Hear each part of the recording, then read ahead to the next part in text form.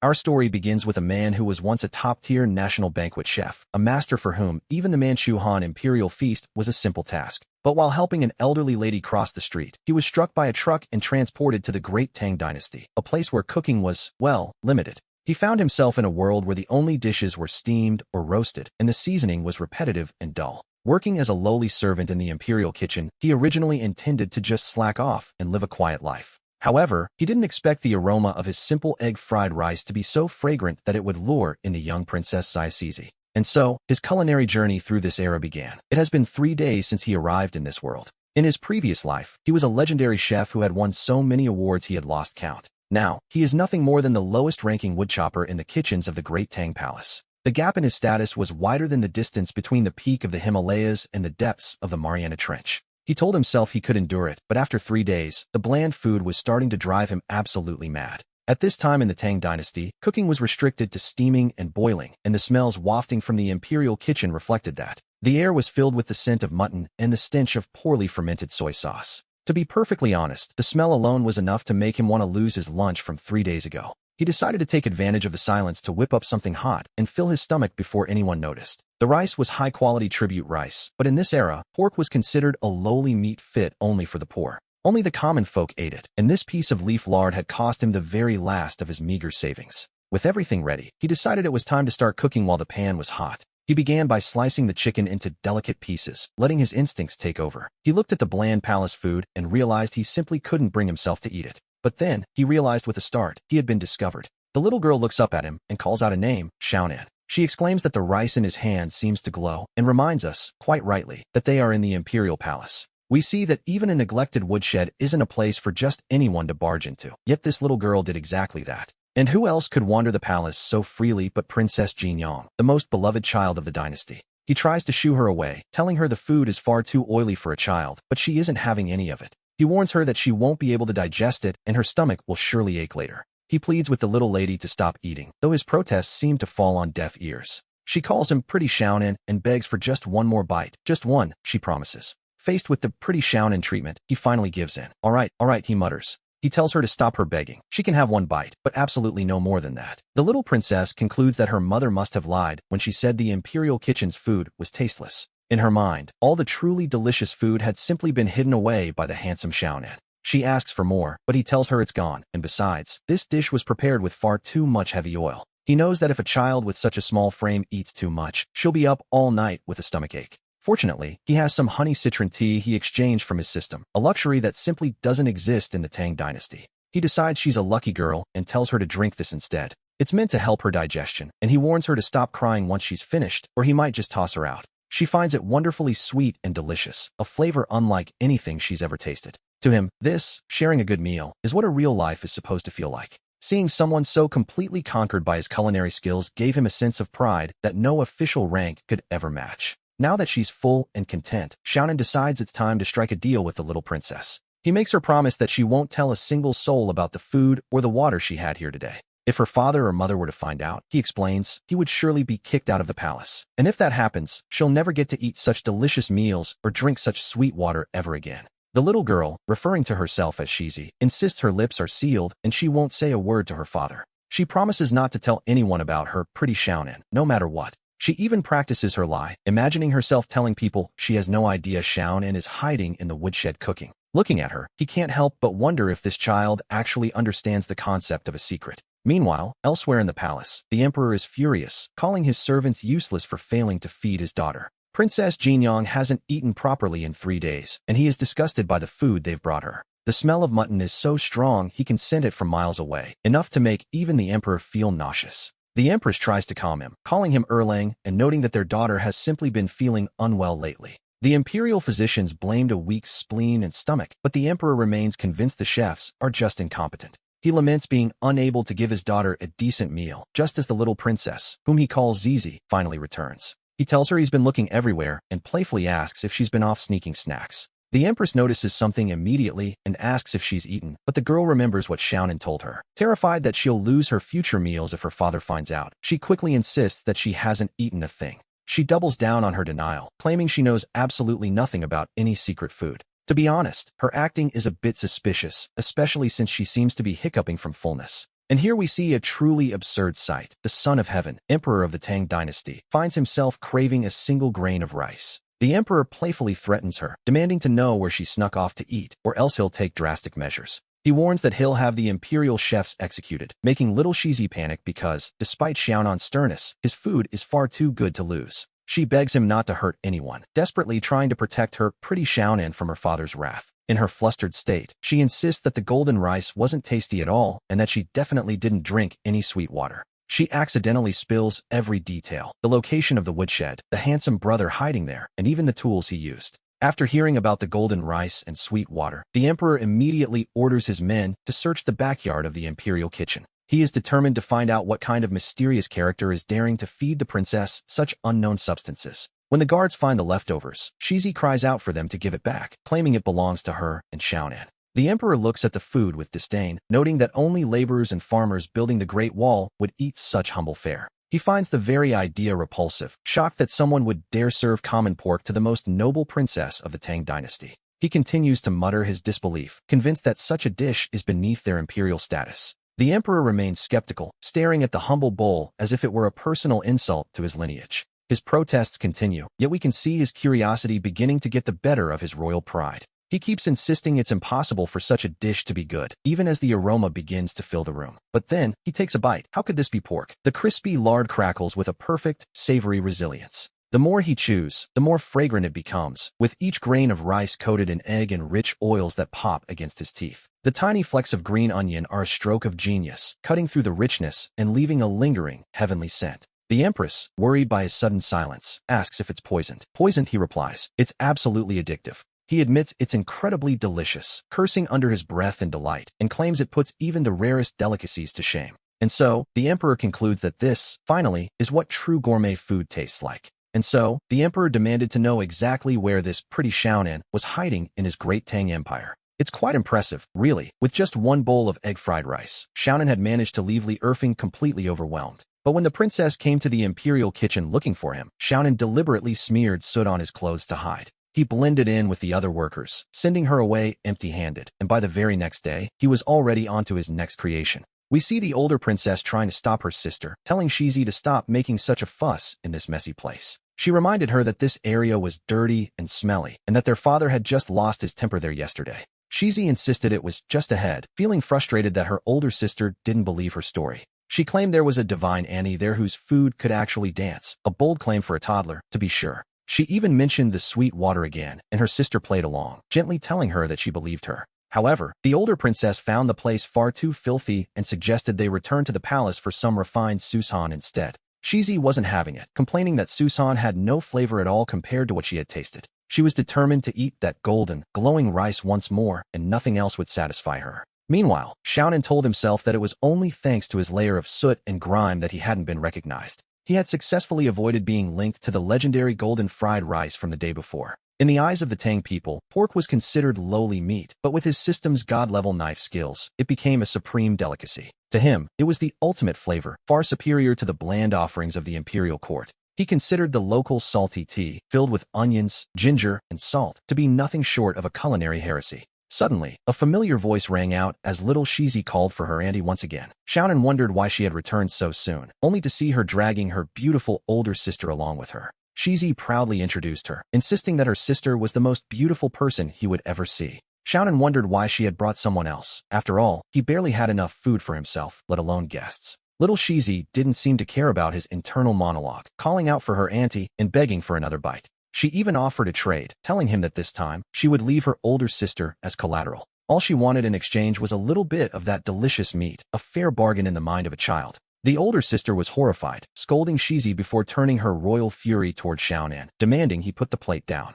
Xiaonan, however, wasn't impressed by the offer, noting that the princess was far too thin to be worth much. Besides, he reasoned that having such a person standing around would be a waste, as she couldn't contribute anything useful. He told them his humble kitchen couldn't afford to feed idle people, which, naturally, left the princess absolutely speechless. She tried to assert her royal status, but the words seemed to fail her in the face of his blunt honesty. Since the princess didn't seem interested in eating, Xiaonan decided they wouldn't stand on ceremony and turned back to Shizi. He told the little girl to open wide, offering her a perfectly prepared morsel. Shizi was in heaven, declaring it the best thing she had ever tasted and immediately begging for more. but Xiaonan wasn't running a charity. He told her that if she wanted to eat, she would have to work for it. The princess was confused, wondering what kind of work he could possibly mean after they had already eaten. He explained the terms of the deal. If they ate his meat, they had to wash the dishes. It was a fair trade, take it or leave it. The older sister called him insolent, but Shizi was already reaching for the food, offering to eat her sister's share too. Surprisingly, the older princess gave in, stammering out that she would be the one to do the washing. Shizi watched in disbelief as her sister reached for a piece, crying out that the specific morsel was supposed to be hers. The older sister claimed that particular piece was too fatty for a child and insisted on helping by eating it herself. Once they were full, Xiaonan reminded them it was time to get to work, leaving Shizi to cheer her sister on as she started the dishes. Xiaonan promised the little girl that next time, her auntie would have even more meat waiting for her. He watched the princess struggle, pointing out that she was using the dishcloth to wipe the table and forgetting to scrub the back of the plates. He warned her to be careful as the grease got on her hands, pleading with her to handle his only soup bowl with a bit more grace. If she broke it, he joked that she'd have to stay behind as collateral, a prospect she didn't seem entirely opposed to. Finally, with a sigh of royal exhaustion, she announced that the washing was finished. Xiaonan inspected her work and gave a lukewarm nod, deciding it was just barely acceptable for his standards. After the labor came the reward, and soon we see them enjoying a mysterious new treat. Shizi took a sip and her eyes lit up, declaring the drink absolutely delicious. It was sweet with chewy little spheres at the bottom, and she curiously asked her Annie what this magical concoction was. He explained it was pearl milk tea, and that those dark, bouncy circles were the pearls in question. The little girl was stunned, wondering if these were the same pearls people wore around their necks and why they tasted so good. Xiaonan dryly remarked that she'd been wasting them all this time, but warned her not to start chewing on her mother's jewelry. Shizi immediately thought of her mother, wishing she could bring her some since the poor woman was tired of drinking bitter medicine for her cough. She was certain this sweet drink would make her mother smile, and she looked at Xiaonan with pleading eyes. She hesitated, asking if it was possible to take some back, though she wasn't sure if he would allow it. Xiaonan scoffed, noting that with her mother's weak constitution, drinking something ice-cold would be a death sentence. However, he had already prepared a special version with less sugar, replacing the tea leaves with dried tangerine peel and monk fruit. He handed it over, warning them it might be hard to digest and telling them to hold it steady, as he wouldn't be providing refills. The little girl beamed, thanking her beautiful auntie over and over for the kind gesture. Shizi promised to save all her best treasures for him in the future before he finally ushered them out the door. Xiaonan warned them that the imperial kitchen staff would be arriving soon and begged them not to snitch on him if they got caught. The princess started to reply, but a stern voice suddenly commanded them to stop right where they were. The children froze in their tracks, realizing they had run right into their grandfather, the emperor himself. They quickly offered a nervous greeting, hoping to make a swift exit before the question started. The emperor wasn't having it, asking why they were running and what exactly they were hiding in their hands. He noted they smelled strongly of kitchen smoke and milk, but the princess insisted it was nothing at all. She claimed it was just some morning dew, which, to be honest, was a very poor lie given the circumstances. Little Shizi piped up that it was a gift for her mother, but the emperor wasn't about to let that slide. He decided he needed to inspect it personally, worried that some mysterious item from outside might harm the empress's health. And so, he declared that he would test for poison on the queen's behalf, a very convenient excuse, indeed. He reached out to take a look, ignoring the children's protests as he took the container. Shizi watched in horror as he drank, crying out that it was all gone and there was nothing left for her mother. The emperor finished the whole thing, calmly stating he did it all for the safety of their mother. After his selfless sacrifice, he concluded that it wasn't poisonous and was actually quite palatable.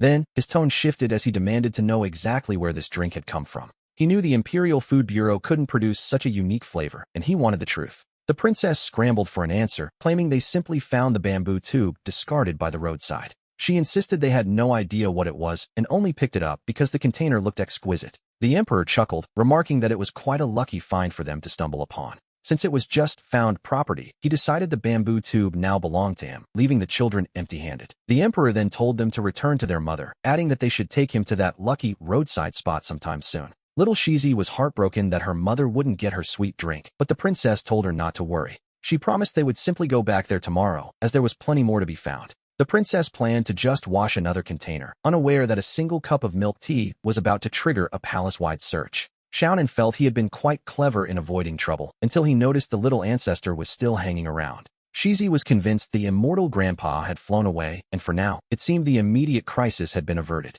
However, seeing how this little girl could fool even her own father for a snack, Xiaonan realized his peaceful days were over. It appeared his life was now officially held hostage by this little foodie, who immediately asked if there was a reward. She noted that yesterday's black pearls were gone, and today she wanted something even better. Xiaonan told her to wait right there, promising to show her a brand new magic trick today. Shizi asked if he was making steamed eggs, complaining that they were usually tasteless and boring. He explained that those were other people's eggs. What he was making was called pudding. We see her eyes light up in wonder, marveling at what kind of immortal magic he was using this time. She couldn't understand how a simple egg could become so soft and jiggly. He urged her to try it, promising that it would melt right in her mouth. It didn't just melt. It was so delicious she wanted to cry, noting it was even smoother than her sister's favorite snacks. She found it even more tender than meat, and Xiaonan reflected that while chopping wood in the Tang dynasty was tiring, the feeling of having his own exclusive little taster wasn't bad at all, until she called out to him again. She announced she had to go back, but asked if there would be more jiggly things waiting for her tomorrow.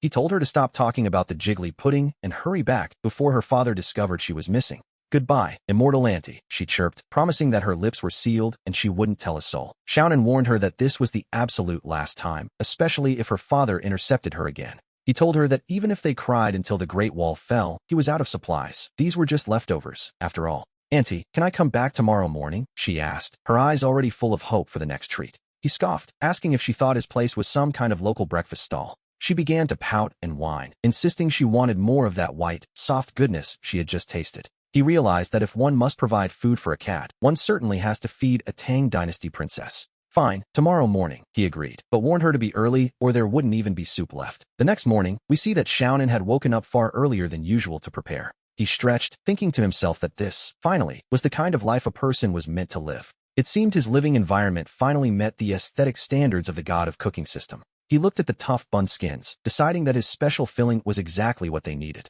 He planned to show that little glutton something impressive, buns that look like lanterns when lifted and chrysanthemums when set down. With a filling so juicy it would make her tongue dance, he knew he had a busy morning ahead of him. Meanwhile, back at the palace, Shizi urged her mother to drink, promising it would make her feel better. The empress asked where she had found these wild fruits this time, calling her a thoughtful daughter. The princess explained it was green dew found nearby, claiming it was excellent for soothing the lungs. The empress noted it was wonderful, finding the taste even smoother than the loquat cakes from the Imperial Medical Department. Shizi happily chirped that she knew it would be delicious, watching her mother enjoy the treat. She told her mother that as long as she liked it, that was all that mattered. To be honest, she was quite the little actress. The empress smiled, telling Shizi that having such a thoughtful daughter was truly her greatest blessing. The emperor then chimed in, asking exactly which immortal had provided this miraculous dew. Shizi quickly improvised, claiming an immortal had visited her in a dream and told her where to go. The emperor noted with a smirk that this particular immortal certainly had a very unique taste in housing.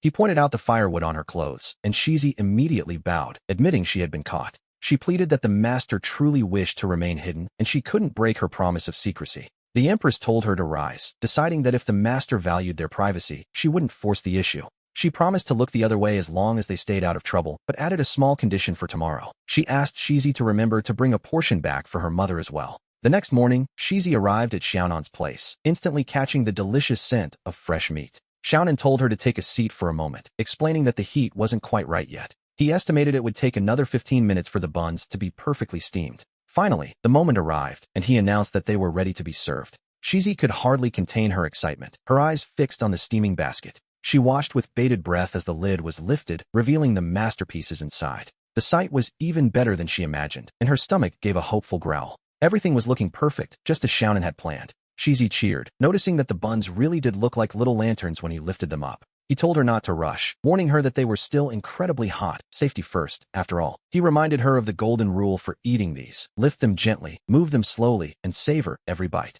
He explained the technique. First open a window in the dough, then drink the soup, and once it's dry, you swallow the bun in one single bite. It was, quite simply, perfection. He asked if she had learned the trick, or if she planned to just lean over and suck the soup out directly. He warned her to be careful not to burn herself, as the filling was still incredibly hot. It was indeed hot, but the flavor was remarkably fresh, a true delight for the senses. It was even fresher than fish soup, she noted, with the inside completely filled with savory juices. Shizi insisted on doing it herself, momentarily forgetting her royal status in her excitement. Xiaonan repeated his advice with a smile. First open the window, then drink the soup. He joked that the princess seemed to be trying to give herself a facial mask, noting that pigskin soup is quite good for the skin. He teased her that she had turned into a little spotted cat and offered to help clean her up. Shizi's face turned bright red, all the way to her ears, as she told him he wasn't allowed to laugh. He eventually told her to stop wiping, as she was only making the mess worse. She decided to go wash her hands first, and he agreed that was a wise choice. Everything was proceeding quite well, all things considered. He repeated his warning to stop scrubbing at her face, as it was only getting dirtier. He suggested she use the water jar over there to wash, noting there was still a bit of sweet juice on her mouth. And yet, despite the mess, she couldn't get over how incredibly fresh it tasted. That meaty aroma hit her very soul, and she didn't even mind that her face had been splashed. She realized with a start that she already wanted another one. She was beyond saving, really. Finally, she requested that he pack them all up, wanting to take every single one with her. Xiaonan looked at the remaining buns and noted that if she packed them all, there would be nothing left for him. He asked what he was supposed to eat if she took everything, suggesting he could make more while handing her this batch. He told her to take them as payment, but added a small request to bring him some decent charcoal the next day. The current firewood was far too smoky for his eyes, and Shizi readily agreed to send 2 baskets of high-quality silver charcoal. He urged her to eat them quickly once she returned, as they would lose their texture if they got cold, and pointed out the special vinegar. He explained that a drizzle of that vinegar would cut through the richness, and she thanked him sincerely. Shizi waved goodbye to her aunt, promising to return the next day for more of those wonderful soup-filled buns. Xiaonan jokingly hoped she wouldn't have her snacks hijacked again by that old glutton, Li Shimin. We then see the scene shift as Shizi returns, calling out to her aunt. The emperor, however, was already there, questioning why she was hiding away in broad daylight to eat such delicacies. He wondered aloud what these were, remarking that in all his years, he had never seen a bun shaped quite like a chrysanthemum. He leaned in closer, noting that the aroma had a distinct and pleasant hint of vinegar to it. With only 1 bun remaining, Shizi reluctantly offered it to her aunt, inviting her to have a taste. The emperor sighed, as that was the one he had intended for a late-night snack, though it looked ordinary enough. And just like that, it was gone. He mused that while Taoists seek immortality through elixirs, this was a different kind of alchemy. He realized this master chef had refined the flavors, extracting the very essence of the ingredients while discarding the dross. It was as if the chef used food to balance yin and yang. Meanwhile, Xiaonan felt his flimsy door offered no security at all. He felt the need to guard against thieves and emperors alike, while the emperor wondered why such a master refused to show his face. Shizi explained that true masters often avoid worldly affairs, preferring to temper their hearts in solitude amidst the red dust of the world. As for Xiaonan, he decided that as long as he kept his door shut, it didn't matter if his visitor was an emperor or a god. Xiaonan thought that if anyone wanted a taste of his cooking, they would have to settle for sniffing the aroma through the door. Meanwhile, the emperor decided he would personally go to meet this culinary immortal who could turn simple pork into a masterpiece. Back at the shop, Xiaonan felt like he was starving to death, or perhaps just melting away in the heat. He told Guogua to stop playing around, as the little one was already covered from head to toe in flour and water. If they wanted to beat the summer heat and find their appetites again, he knew they were relying entirely on this next dish. He decided to give it another try, urging them to get moving. To be honest, that slap of dough against the counter was actually quite artistic. He told Li Ming to watch closely, claiming it wasn't him doing the work, but rather the dough moving on its own. And then, the perfect moment arrived. He called out for the chopsticks. The heat was intense, but the spicy kick was incredibly refreshing. It was a sensation of pure clarity, absolutely transparent in its perfection, and he asked them what they thought. This summer cooling remedy was certainly much better than those bitter herbal teas from the imperial physicians. Guogua looked up and mentioned that she wanted to bring just a little bit, a tiny portion, to her grandfather. She complained that the doctors were mean and her grandfather surely had no appetite, making it impossible to take him anything. Xiaonan explained that this dish was delicate. Once the sauce was mixed in, the dough would turn soggy from the vinegar in just a few steps. By the time she arrived, it would be a bowl of sticky, disgusting mush, hardly something she would dare give her father. Guogua was saddened that her grandfather wouldn't get a taste, but Xiaonan noted that it wasn't necessarily impossible. He suggested that one day they could simply trick her father into coming over, so he could prepare a bowl right before his eyes. The idea of tricking the emperor into visiting was, naturally, a very bold plan indeed. If the most lawless chef in all of the Tang dynasty were to collide with its most dangerous emperor, we can only assume the very roof of the Yushan workshop wouldn't survive the encounter. A sudden exclamation broke the silence. Guogua called out to her uncle, realizing that Shingo hadn't arrived yet. The older man decided to go and search for him personally. Upon seeing the new contraption, he couldn't help but wonder what kind of strange beast it was. Xiaonan explained it was a slide. You simply climb up and slide back down. He encouraged him to try it out, and the result was a genuine cry of surprise. It was so much fun that he immediately wanted to go again.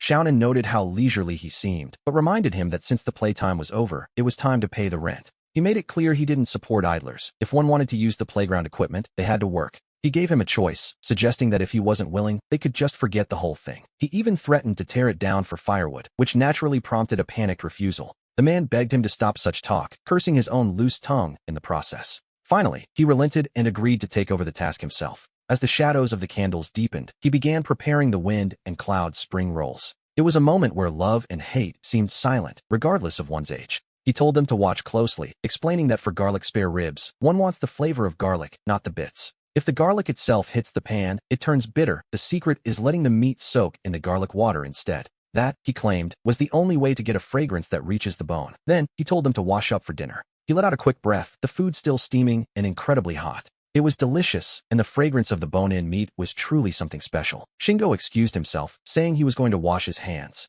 The children followed suit, chirping that they were going to wash up as well. Before leaving, Shingo even asked if he could come back tomorrow to peel more garlic. Suddenly, a new advanced mission was issued to create the ultimate stinky tofu. The goal was to earn heartfelt praise from at least 2 diners, with god-level heat control as the reward. The timing was perfect, as the scorching sun of the past few days had done its work. This biological weapon of a dish had fermented just right, though it needed to stay covered to avoid its lethal scent. After all, he didn't want to accidentally take out any of his own allies. Meanwhile, at the palace, the head eunuch cursed his staff, wondering what kind of skin the emperor actually wanted. It had been so long, and they had already wasted hundreds of pounds of flour in the process. Everything they made turned into a sticky mess, and the cooks pleaded that they were doing their best. They speculated that the young Princess Tsitsi might have misheard the word for grain as skin. Flour simply dissolves in water, they argued, so how could there possibly be any skin? When one suggested adding leather glue, the head eunuch nearly lost his temper entirely. That was food for the emperor, after all, but then, he suddenly wondered who had blown up the latrine.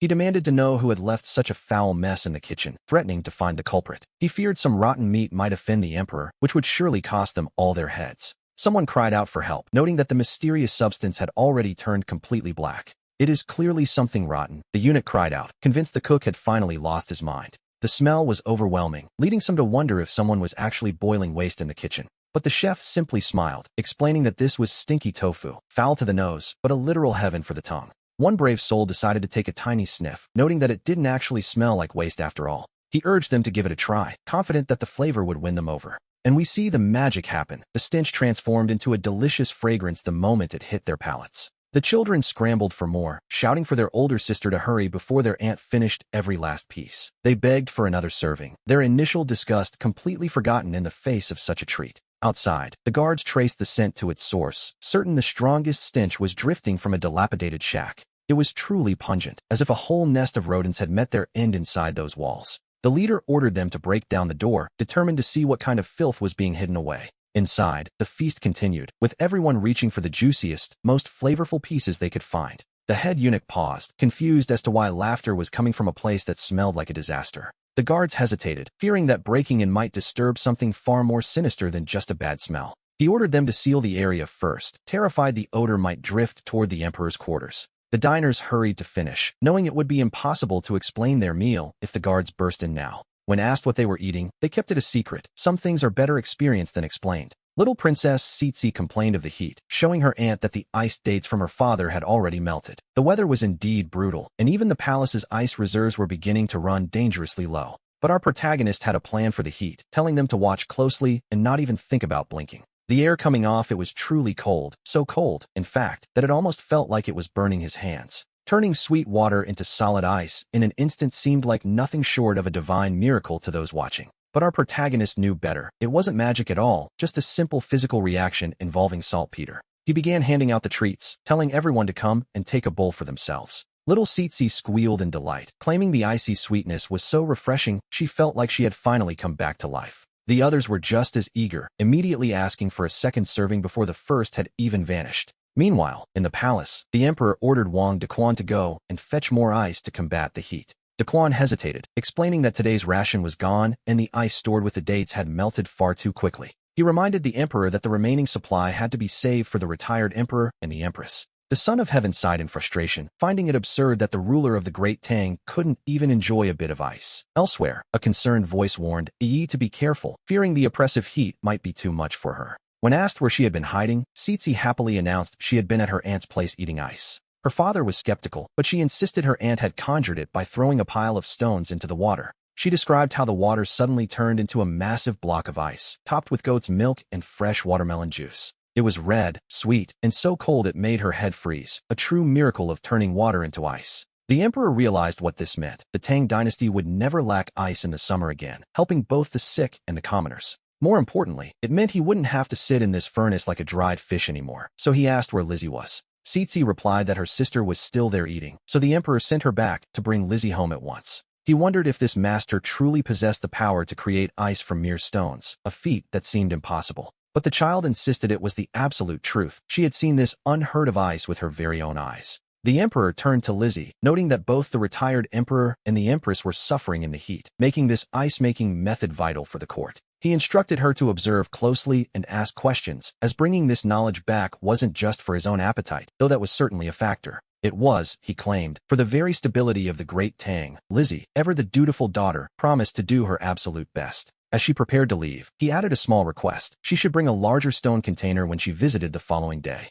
He specifically asked for a bowl of that watermelon and goat milk ice, with extra honey, naturally, to be brought back just for him. We returned to the others, where someone noted the food lacked flavor, only to be told it was simply time to eat. However, there was a condition. If they wanted to fill their stomachs, they would have to finish their work first. Looking at the strange harvest, one of them asked in confusion what these peculiar objects actually were. The protagonist explained it was corn, a wonderful crop, suggesting they simply peel it open to see if it was edible. The children marveled at how perfectly the kernels were arranged, even wondering if the golden cobs were made of actual gold. He chuckled, telling them it was far more precious than gold, provided it was planted correctly, of course. He told them to stop staring and sit down to work, bringing up the method of turning stones into ice from the day before. If they wanted to learn the secret, he promised to tell them as soon as they finished peeling this entire basket. One of them complained that peeling the husks, or taking off their clothes, was proving to be surprisingly difficult work. He told her she was simply too weak and suggested she focus on cleaning the silk off the cobs instead of making a mess. As for the ice, he explained the principle was simple. The stone was actually saltpeter, which reacts when it meets water.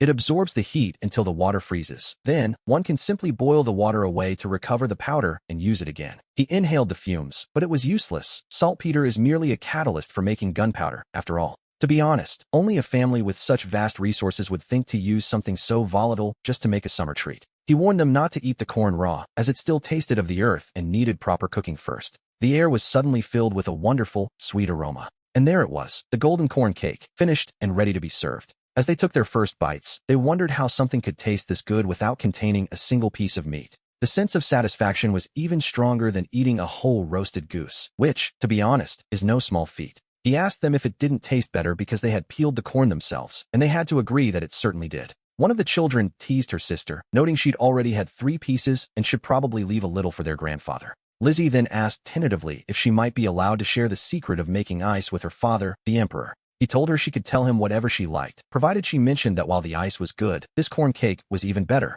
He added that if the emperor wanted more, he should come and peel the corn himself next time, under the guise of a folk experience, of course. Lizzie smiled, certain that if it were framed as experiencing the hardships of the common people, her father would come running. She told herself that tricking the emperor into doing a bit of manual labor wasn't such a bad idea after all. She promised to deliver the message, even as an official nearby fretted that such a thing was entirely improper for a monarch. The emperor, however, told him to be quiet, insisting that he was merely going to observe the lives of his subjects. He claimed this was the only way to see the truth of the world, and, more importantly, to get a fresh piece of that golden corn cake. The official praised his wisdom, noting that even in tattered clothes, the emperor's royal presence couldn't be hidden. The protagonist simply watched, knowing full well that he was the one who had actually prepared all the food. The emperor ignored the flattery and ordered his guard to stay at his post and keep watch. He instructed that no one was to be seen, claiming he was simply taking a necessary afternoon nap. He whispered a quiet apology to the corn cake, likely for how quickly he intended to make it disappear.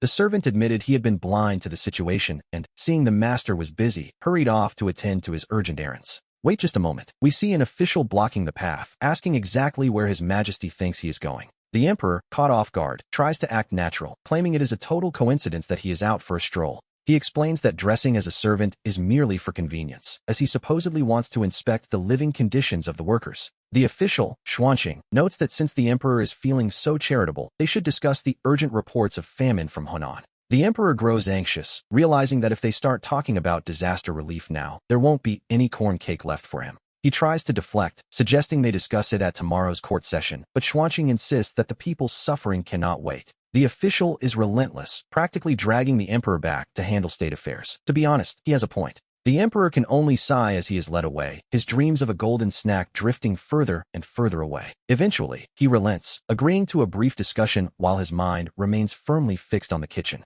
Xuanqing begins a lecture on the dangers of luxury and the wastefulness of seeking extravagant pleasures. He warns that the trend of collecting rare ice and strange stones is a path that must not be followed. The emperor nods along, telling him he is absolutely right, though we suspect he isn't really listening to a word of it. In his mind, he is already picturing that golden corn cake, wondering if it really tastes as heavenly as they say. Xuanqing praises him, believing that an emperor who listens to harsh truths is a true blessing for the country. Satisfied with his lecture, the official finally departs, leaving the emperor free to continue his inspection of the people's lives. The emperor stares at the corn, marveling that such a simple, humble plant could be transformed into a golden delicacy. He vows that tomorrow he will visit in secret, making sure to avoid that old grump Xuanqing at all costs. Meanwhile, our protagonist watches from the shadows, thinking the palace eunuchs are becoming far too competitive if they're scavenging at night. He decides that today's corn cake was a bit too rich, and perhaps tomorrow he should prepare some mung bean soup instead. And to finish it off, he considers adding some fried pepper rings for a bit of a kick. A perfect plan, indeed.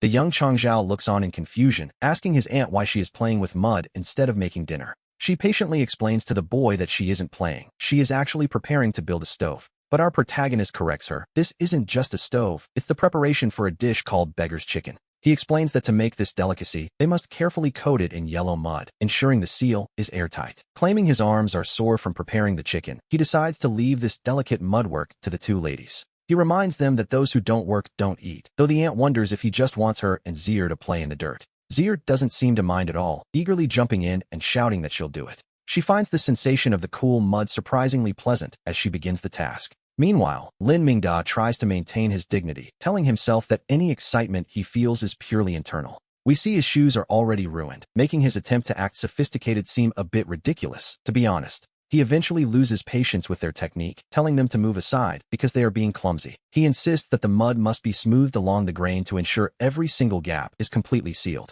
The second sister isn't about to let him take over, and a playful struggle for control of the mud begins. She laughs, accusing him of trying to launch a sneak attack on his older sister. The scene turns into a game of chase, with her teasing him that he'll never be able to catch her. He calls out for her to stand still, but she is already darting away, full of energy. Finally, our protagonist has to intervene, warning them that if they keep playing, the chicken will spoil before it's cooked. He inspects the final result, noting that while it looks a bit ugly, at least the seal is tight enough. Changzhou giggles, pointing out that the second sister now looks like a big yellow cat covered in mud. She fires back, telling him to look at his own eyebrows, which have turned him into a golden-browed king. The young Changzhou can hardly contain his excitement, asking if it's finally time to eat. Our protagonist tells him to open wide and relax his jaw, so he can actually take a bite. He insists they use their hands to tear the meat, as using chopsticks would lack any real soul. He warns them to be careful and slow down, as the chicken is still incredibly hot. It was delicious, so delicious, in fact, that he would have gladly played in the mud every day just for another taste.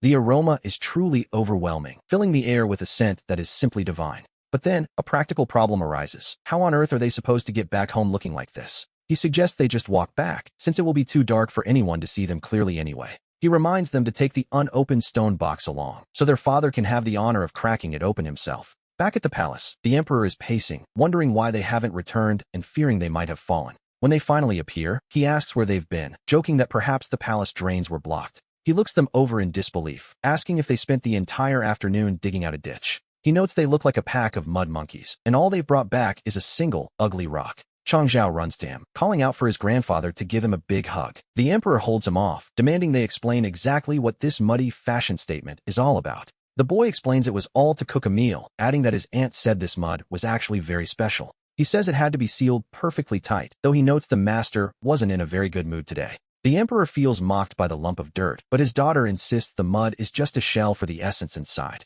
She explains the master's instructions to smash it open, and the emperor decides to see what this mud is hiding. Changzhou urges him to tear it open, and as the aroma hits him, the emperor can only describe it as marvelous. Using the earth as an oven and the juices as a coating, the dish returns to its most primal, natural state. The emperor begins to understand, realizing that this master is actually harnessing the very essence of the earth. The soil is the mother of all things, and here, the meat absorbs the earth's energy to lock in its vitality. This isn't just eating chicken, it is clearly a way to consume the very essence of the local land and water. Indeed, while the method looks crude, the flavor is 100 times better than anything the imperial kitchen could produce. The young Changzhou asks if he likes it, mentioning that his aunt called this dish flour-drenched chicken. The emperor repeats the name with a mix of confusion and curiosity, wondering what on earth a flour-drenched chicken is. The boy explains that, according to his aunt, a beggar once had no stove, so he stole a chicken and wrapped it in mud. It turned out to be delicious, and the emperor marvels at how something so common can be so refined. To turn humble mud into a top-tier cooking tool and find world-class flavor in a beggar's habit is truly impressive. The master clearly has a profound vision, following the natural laws of the universe in his own unique way. The emperor decides he must ask this man face-to-face if there is anything in this world he cannot turn into a delicacy. However, his daughter warns him that the master loves his peace and has a rather eccentric temper. Admitting she has a point, the emperor notes that all great masters have their quirks, so he will arrange another chance encounter. This time, he is determined to uncover every single culinary secret the man has hidden away. We hear a rhythmic thumping sound, which the boy says sounds exactly like his stomach growling. His grandfather agrees that hunger is the best spice, though he wonders if this crust, harder than stone, is even edible. It is called a white chicken membrane, and he warns the boy it's hot, so he shouldn't swallow his tongue in his haste. The emperor's daughter just sighs, noting that her father always ends up spoiling the little one. But the taste is undeniable. Even the outer layer is incredibly fragrant and delicious. The meat is so tender it practically glides, sliding right down the throat with a single bite. The crisp dryness of the flatbread perfectly balances the richness of the fat, a combination they call white chicken membrane. Actually, that is just the name of the bread itself, but the boy keeps repeating the curious term. He chants it like a mantra, fascinated by the texture of the white chicken membrane. It seems the name has stuck in his head, even as he continues to enjoy every bite. We learn that while the bread has its own name, the full title of this legendary snack is actually Rugiamo. The boy is skeptical, noting that since the bread clearly traps the meat inside, it should be called bread sandwiching meat. He insists it is a bread sandwiching meat situation, refusing to believe the official name makes any sense. Master Gua explains it is a matter of prestige. By putting the meat first in the name, the dish gains a certain status. And so, the name Rugiamo echoes through the room as they continue their meal. The boy jokes that the meat is simply rubbed inside, and everyone laughs at his creative interpretation. Yes, it is rubbed right into his stomach, which seems to be his primary goal at the moment. He turns to Gua, asking for more, but then pauses to wonder just how long this meat can actually last. He wants to bring some back for the emperor and empress, thinking the non-greasy flavor would be perfect for her appetite. Gua notes that if kept in the broth, it stays fresh for 3 days, though he is amused they already want a doggy bag. He agrees, but warns that for the best quality, the bread and the meat must be kept strictly separate during travel. Once they return, they must toast the bread over charcoal until it is hot to the touch and reheat the meat jar thoroughly. It must be assembled fresh, and Gua suggests the boy show his parents exactly how to put it together. The boy boasts that he is an expert at rubbing the meat in, claiming his skills would be famous even outside the palace. Watching this, one wonders why a man of such talent is content to stay in a woodshed instead of serving in the imperial kitchen. He claims his skills are enough to make the imperial chefs bow in respect, but for now, he must head to the front, as the empress wants to inspect the kitchen. Tomorrow, the consort will demand shark fin and expect him to serve her on his knees. However, Gua admits his knees are far too stiff for that. He simply cannot bring himself to kneel, finding no joy in serving those who cannot truly appreciate the quality of his work. To him, cooking is only worthwhile when the food is given to someone who understands it. That is where the real satisfaction lies. The boy nods, finally understanding, and offers his sincere thanks for the incredible hospitality. He waves goodbye to Gua, playfully reminding him to prepare more of that running meat for their next meeting. Gua tells them to hurry along and close the door behind them, muttering the name Rugiamo to himself once more. He reflects that the name still sounds a bit unconventional. As for the meal they just finished, he can only hope the Emperor of the Great Tang doesn't accidentally bite his own tongue in his excitement to taste it. We return to a later time, where the boy is urging someone to hurry up before even the soup is gone. His companion worries that trespassing through the back door of the imperial kitchen could lead to a physical lashing if they are mistaken for assassins. The boy scoffs at the idea of a punishment, noting that even his father doesn't mind. And just like that, he has returned. He greets Gul warmly, asking what is on the menu today, only to find that the Rugiamo is already finished. Today's dish is cold pot skewers. We see that even when facing a princess, this chef doesn't bother with formal greetings. His behavior is remarkably bold, yet strangely enough, the two princesses don't seem offended in the slightest. Gua tells them not to just stand there and orders them to help out. In this kitchen, if you don't work, you don't eat. That is the rule. He assigns them the task of threading the skewers, one vegetable per stick, warning them not to let the pieces go crooked. It seems the world has gone a bit mad, and the onlookers can hardly believe what they are seeing. Gua turns to the newcomer, addressing her as Lady Fong, and tells her not to put on the airs of a prime minister's daughter. If she wants a bite, she has to get her hands dirty. Naturally, she is left wondering how on earth he knew exactly who she was. Zheng Yuqi mutters that Gua is even more demanding than her own father, wondering who would actually endure such treatment just for a snack. And yet, as she begins threading the skewers, she finds the repetitive task to be surprisingly therapeutic. She admits to herself that the aroma wafting through the kitchen is unlike anything she has ever smelled before. Guo explains that this particular dish is baboji, a cold pot specialty that requires patience to perfect. He begins to assemble the portions, promising the group that their hard work will soon be rewarded. He tells them they must wait exactly 15 minutes for the flavors to soak in, which, naturally, feels like an eternity. Finally, the moment arrives, and he gives them the simple command they've been waiting for: eat. The first bite is incredibly spicy, yet the fragrance is intoxicating, a perfect balance of icy temperature and numbing heat. It feels as though their tongues are dancing. It is an utterly satisfying sensation that catches them off guard. On a sweltering day like this, eating something so refreshing is a revelation. He asks if they've ever tasted anything like it. There is no harsh burn in the throat. The cold broth allows the spice to blend into a smooth, harmonious experience. The toasted aroma of sesame mixes with the richness of the red oil, coating the sweet, fresh vegetables perfectly. She finds it annoyingly delicious and encourages the others to try a different skewer. This particular piece, she notes, has the most satisfying chewiness of them all. They are eating with such gusto that it's hard to believe their status. She quickly claims a piece of kelp she's had her eye on. The girls begin to bicker playfully over the best pieces, warning each other about the spice while reaching for more. Guo tells them to slow down, noting that while it tastes light now, the heat has a way of catching up later. He warns young Master Li to be careful, or he might find himself with a very upset stomach by tomorrow morning. The boy asks if Guo can prepare extra lotus root tomorrow, as he's already planning to take a portion home. He wants his father to have a taste, proving that even a prince knows a good meal is meant to be shared. We return to the manor, where a servant informs the master that the young lady has returned, though with a slight complication. She arrived carrying a stone box, and the aroma coming from it was, to be honest, quite overwhelming. Seeing her father, Zheng Yuqi asks why he isn't resting yet, wondering where he could possibly be headed at this hour. Her father stares at her in confusion, immediately asking what on earth has happened to her swollen, red lips. She tries to claim a bug bit her, but quickly realizes that excuse won't fly and admits that isn't the case. She insists she was simply out inspecting the lives of the common people, a claim her father finds highly skeptical. He asks if her inspection took her into a kitchen bucket, noting she is covered in the unmistakable scent of cooking oil.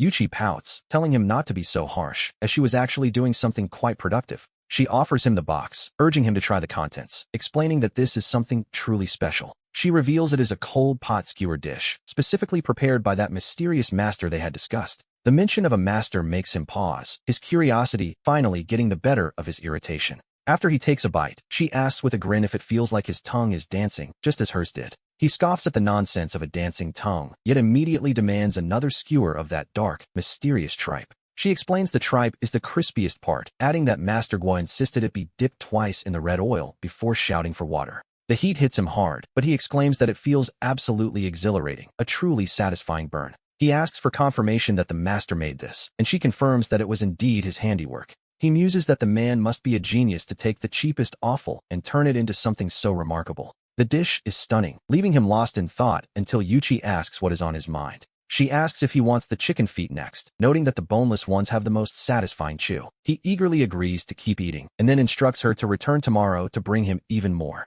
Young Master Li asks in a panic if something is on fire, but the answer he receives is quite different. He is told that this isn't a disaster. It is simply the vibrant, smoky aroma of life in the kitchen. The children come running, calling out to their aunt and eagerly asking what is on the menu for today. However, one of them pauses, noticing a slightly burnt smell lingering in the air. It turns out they are preparing skewers, a dish that requires a very specific kind of attention. She carefully adds the salt, ensuring the seasoning is just right for the task at hand. The child asks if it's ready yet, claiming that he can actually hear the food calling out to them. She playfully replies that the meat is indeed screaming, mostly because she is teasing it with the heat. Young Master Li is stunned, wondering what kind of incredible spices could produce such a scent. Seeing his intense reaction, she asks if he has accidentally burned himself on the steam. He shakes his head, admitting that it isn't the heat, it's simply that the aroma is overwhelmingly delicious. She notes that perhaps the previous dishes were too heavy, and this lighter touch was exactly what was needed. She tells him not to be so formal while eating. These are braised skewers, meant to be enjoyed without pretense. The whole point of this dish, after all, is that rustic and unrefined energy it brings to the table. He stammers, momentarily lost for words as he struggles to process the explosion of flavor. Finally, he manages to find his voice, desperately asking for another serving. Meanwhile, the emperor turns to Wang Dequan, asking where that intoxicating scent is drifting from. He wonders if those old men at the grotto, knowing his lack of appetite, have finally invented something new. Dequan confirms that the wind is indeed blowing from the direction of the Grand Master's manor. He suggests that Lu Fengyu might be preparing a surprise, as that scent definitely belongs to a substantial dish. The emperor orders his clothes brought to him, demanding they serve this food immediately while it's still hot, and his servant hurries to obey. Meanwhile, in another part of the palace, a chef shouts in a rage, demanding to know which scoundrel is burning such wicked things. He complains that this choking smoke is ruining the delicate aroma of the chicken soup he has been simmering all day. Suddenly, eunuch Wang arrives, calling out for Lu Fengyu and announcing that the emperor has issued a decree to serve the meal. Fengyu notes it isn't time yet, but the eunuch retorts that the emperor's hunger is the only clock that matters. He explains that the emperor caught the scent and is delighted, so they must finish the main meat dish and serve it at once. The chef is baffled, pointing out that the smell isn't coming from their kitchen. Since the wind is blowing away from them, it couldn't be theirs. The eunuch warns that the emperor expects this specific meat, and refusing would be a capital crime, so they frantically start the fires. They scramble to bring out the best West taro beef, cutting it into large chunks, and setting up the high-quality silver charcoal. Everything moves at a frantic pace as they struggle to meet the royal demand. Finally, the order is given to move out and present the feast to the emperor. The servants arrive with the platters, announcing that the meal has finally been prepared for His Majesty. The emperor looks at the dish and asks if this is truly what was just being cooked, and they confirm that it is. The officials from the Master's Bureau claim that this is a brand new recipe created specifically for his palate. But the emperor is furious, calling them scoundrels and shouting that this isn't fit for a human. It's not even fit for a stray. The servants tremble in fear, begging the emperor to calm his anger as they realize something has gone terribly wrong. He demands to know where the charred fragrance and the spicy, mouth-watering aroma he smelled earlier have gone. He accuses them of trying to fool him with bland, honey-glazed meat, even though the bureau insists this is the fresh batch. He dismisses their lies instantly, declaring that his nose hasn't failed him yet, and he knows what he smelled. That intoxicating scent, he realizes, was clearly drifting over from the direction of the imperial kitchen. One sniff is enough to know these are no ordinary dishes, from the corn cream to the chicken wrapped in clay. We return to the backyard of the imperial kitchen, where a strange fragrance lingers. Could that scoundrel be up to something again? Only that eccentric living in the woodshed could produce such a scent. Well. The emperor suspects the man is hiding the good stuff from him, using a literal smokescreen to keep the treasures for himself. To His Majesty, this feels like a deliberate show of defiance, a culinary protest, if you will. Meanwhile, our protagonist is enjoying the cool breeze, feeling completely at ease. Today, they are drinking boiled water to ward off the cold, which is a bit of a step down from braised pork. It all feels a bit too quiet and simple. He tells the little ones to sit properly. He explains that the imperial meal won't fall apart because of the craftsmanship. The meat is sliced as thin as paper. A common household cook's chunky meat simply cannot compare to this level of precision. The aroma is incredible, smelling even sweeter than flowers. And then, there is the 2-8 sauce. It is a specific blend, 2 parts peanut and 8 parts sesame. This sauce, as it turns out, is the very soul of the hot pot experience. He tells them not to just stare, he'll have to feed them. If the meat overcooks, it's ruined. 7 or 8 dips is the secret. The tender meat practically melts on the tongue, while the sesame sauce is as thick and comforting as a heavy quilt. It wraps tightly around the lamb's flavor, bringing out the saltiness while the chive flowers cut through the richness. The mouthful of fragrance is enough to make anyone feel like they are melting with joy. The children are delighted, exclaiming that this delicious mud is the best thing they've ever tasted. He corrects them, explaining it's sesame paste, not mud, but to them, it's just fragrant mud and they want more. He used to think lamb needed heavy spices to mask its gaminess, but he never imagined it could be this refined. He realizes that a quick dip in plain water actually brings out the most sweetness. The best meat, as it turns out, shouldn't be over-seasoned. However, this specific sauce is non-negotiable. One of the little ones asks for the tofu, but he warns them it's far too hot. He tells them to blow on it first, or they'll be crying from the heat. Shizi insists she isn't afraid of a little burn anymore. Li Mingzhao teases her immediately, laughing that his big sister has turned into a messy little cat. The heat is immediate, and the children can't help but yelp as they take their first bites. They playfully blame the pot, claiming the tofu is biting them. Then, they spot something new and wonder what it could be. He explains that wide noodles must be paired with sesame sauce. It is, in his opinion, a perfect match. At this moment, he couldn't care less about the soft, overcooked textures of the past. And here we see another guest arriving to scavenge a meal. To be honest, it was only a matter of time. The newcomer finds the aroma quite interesting. His clothes are made of fine fabric, though they've clearly seen better days. With mud on his hem, he looks like a retired palace steward, one with a very sharp nose for good food. Since he's already here, our protagonist offers him a pair of chopsticks, though he warns that the meat is running low. He tells the old man to cook for himself, as he isn't planning on playing waiter today. How comfortable. The old man asks the girl for a bowl and chopsticks, noticing how much she is trembling. He asks her if she's truly afraid that an old man like him is going to eat her. Even the dog, Wang, seems hungry. The children offer the dog some of their delicious mud to try. The old man agrees that this mud is excellent stuff, noting how impressively thin the meat has been sliced. He reminds them not to let it overcook. 7 or 8 dips is the secret, and one must count carefully. Our protagonist asks the old man if this skill is a bit better than what he's used to from the big communal kitchens. The old man admits it's far superior, so much so that his own cooks deserve a good scolding for their efforts. The old man grumbles that his usual meals are always steamed or boiled, bland enough to drive a man mad, all in the name of health. He jokes that they are probably just trying to send him to his grave a little earlier than planned. Our protagonist nods, mentioning that his own eldest son used to be just as overbearing with his rules. He wasn't allowed to touch this or eat that. They called it filial piety, but he knew they just didn't want him causing trouble. Children often think that once you're old, you're useless and need to be kept on a pedestal like a fragile statue.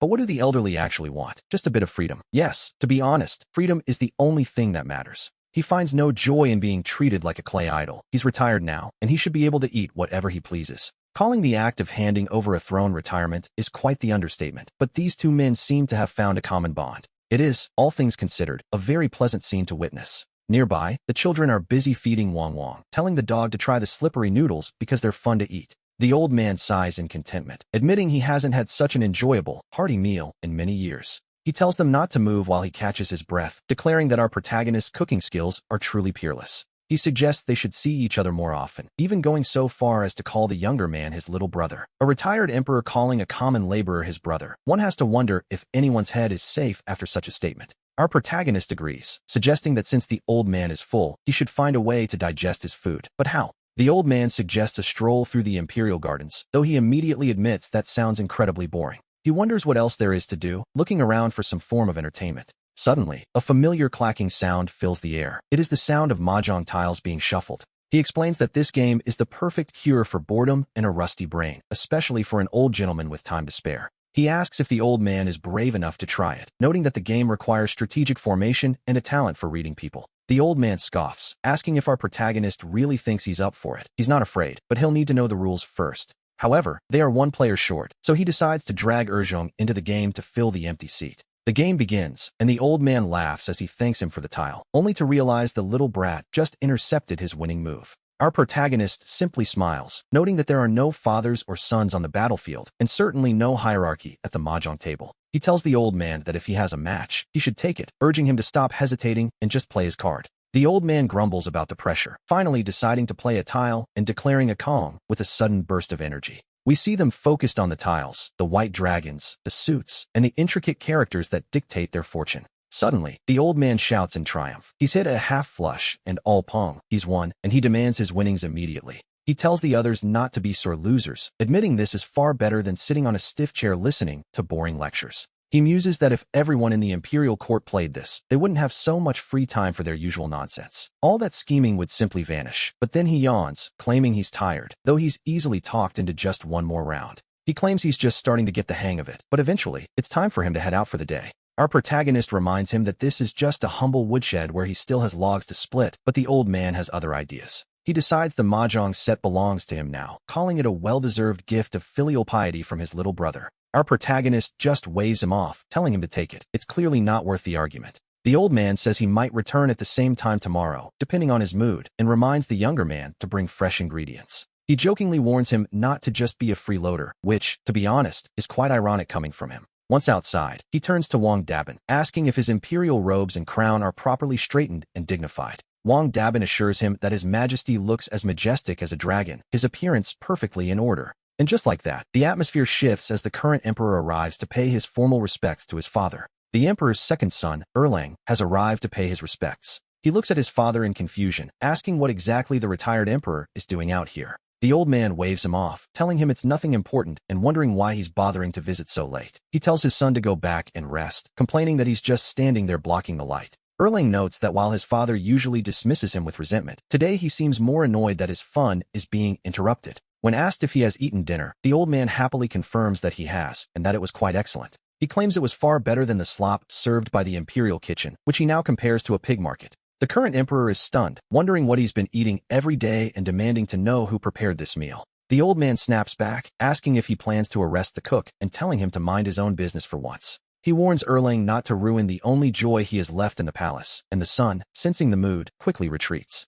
The old man grumbles one last time, telling him not to delay his sleep as he prepares for another round of games tomorrow. Once his father is gone, the emperor turns to Wang Dequan, ordering him to keep a close eye on the people around the retired emperor. He demands an investigation, frustrated that his father gets to feast while he feels like he's left with nothing but scraps. He can still smell the lingering aroma. He's certain it's the work of that scoundrel living in the woodshed again. First it was the prince's fried rice, then the skewers, and now even the old man has been won over by his cooking. It seems the entire family is being fed by this man, leaving the emperor feeling like the only one left out of the loop. We return to our protagonist, who is busy in the kitchen when someone asks if he's actually frying gold bars. He laughs at the thought, explaining that these are actually youtiao, the undisputed kings of the breakfast stall. The onlookers watch eagerly, asking if the gold bars are ready to be taken out of the hot oil yet. He tells them to wait just a moment longer, playfully scolding them for being so impatient for a taste. The kitchen is filled with playful banter as the onlookers tease each other about being blind to the obvious. They keep joking around, their eyes fixed entirely on the bubbling oil and the golden treats within.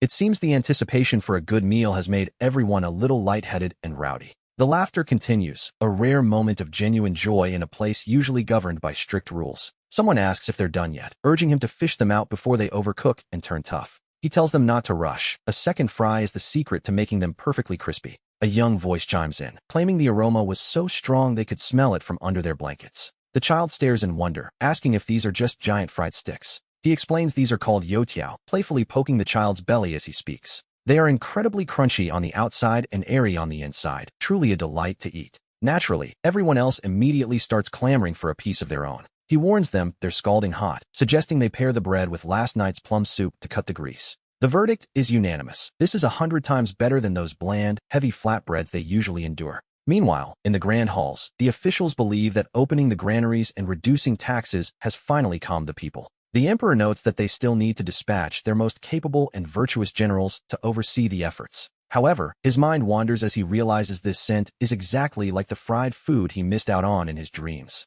He tries to focus, telling Minister Fong to continue, as the disaster relief is a matter of extreme urgency. The minister stammers, trying to get back to the topic of allocating grain and fodder for the troops. But the emperor is starving, wondering which scoundrel is frying such things inside the palace walls. To him, this delicious smell feels like a personal attack on his stomach, and he can't help but imagine how crunchy it must be. The emperor is so distracted by the scent that he can almost feel the soft, doughy center of whatever is being fried. Minister Fong asks again about the candidates for the disaster relief mission, wondering what the emperor thinks of the selection. He grants the request immediately, dismissing the court in a hurry so he can head straight toward the Lijiang Hall. The aroma is drifting in from the back, and he is certain those poisonous food enthusiasts are behind this. He decides that this morning, he will see for himself exactly what delicacies they've been hiding from him. He calls for Guan Yinbi and Sitsi, demanding to know the whereabouts of the empress and the princess. The servant stammers that the empress took Princess Jinyang out early this morning. Apparently, they went out for a stroll to help their digestion. He wonders what there is to digest so early in the morning, unless they've already overeaten, and heads for Dawn Palace. Next, he demands to know where the retired emperor is. The servant hesitates, looking quite nervous as he prepares to deliver the news. It turns out the retired emperor didn't return at all last night. Staying out all night? The emperor can hardly believe his ears. The dignified retired emperor, staying out until dawn, it's practically unheard of. The empress is out walking off a heavy meal, and his father has been gone since yesterday. The mystery is solved. His entire family, his father, his wife, and even his daughter, are all in on it. He is certain they are all huddled around the same pot in that scoundrel's woodshed right now. They are feasting on the very fried treats that made him lose his focus in front of the entire court. He finds the whole situation quite remarkable, though not in a way that pleases him. It seems they've decided to leave him out of the fun entirely, and he isn't about to let that stand. We see Changle, who spent the previous night personally grinding the green beans twice to ensure the timing was perfect. A minute more, and it would be too firm. A minute less, and it would be too thin. It is, quite simply, just right.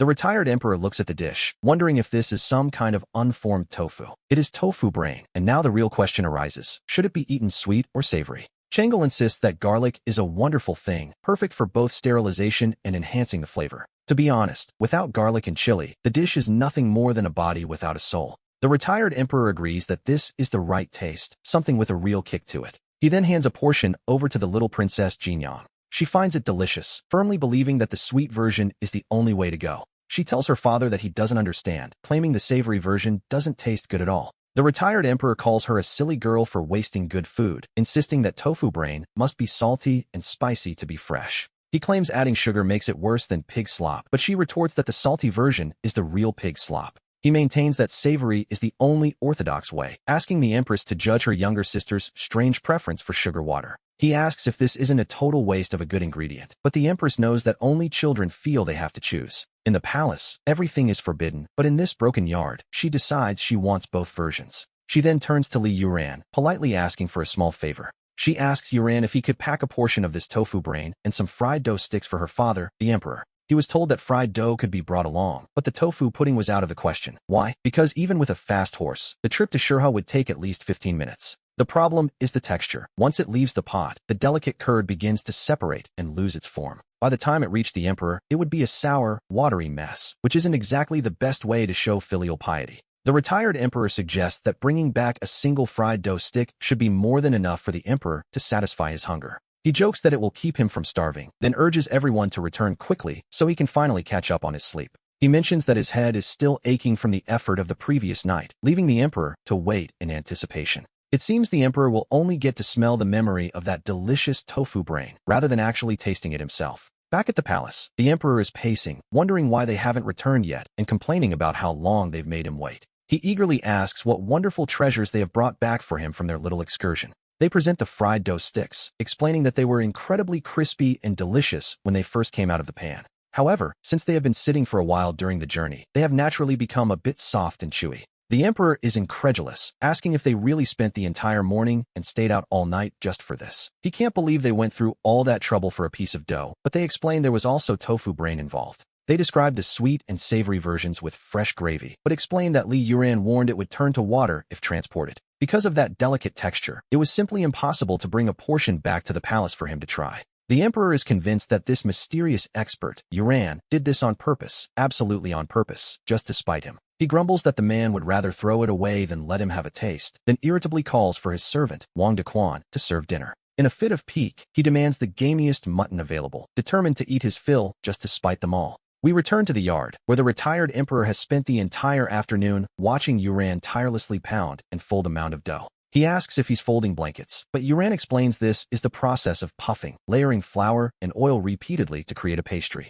He notes that this process creates at least 1,000 layers. If you want it to be perfectly flaky, you have to go through this trouble. The retired emperor remains skeptical, remarking that even the most complex military formations aren't as complicated as this piece of dough. Just then, the empress arrives and asks what rare delicacy Mr. Li is preparing today, noting that she has arrived at just the right time. Yuran notes that he's actually short a fire tender, so he asks Lady Fong to help by stoking the clay oven's flames. This delicacy requires high heat and a quick bake, prompting her to ask what exactly is wrapped inside that dough. She wonders if it's bits of white fat, but he explains it's actually butter, and it smells absolutely divine. And so, into the oven it goes. Soon, a delicate, sweet aroma fills the air, smelling even more fragrant than the pastries from the imperial kitchen. After a short wait, Yuran decides that it's just about ready. He adds a few decorative marks, calling them beauty spots, and notes that without them, the dish wouldn't be authentic. The empress asks if it's ready to eat, noticing the pastry seems to move, but he tells her to let it cool first. She wonders if she still needs water, marveling at how incredibly crispy and flaky the texture has become.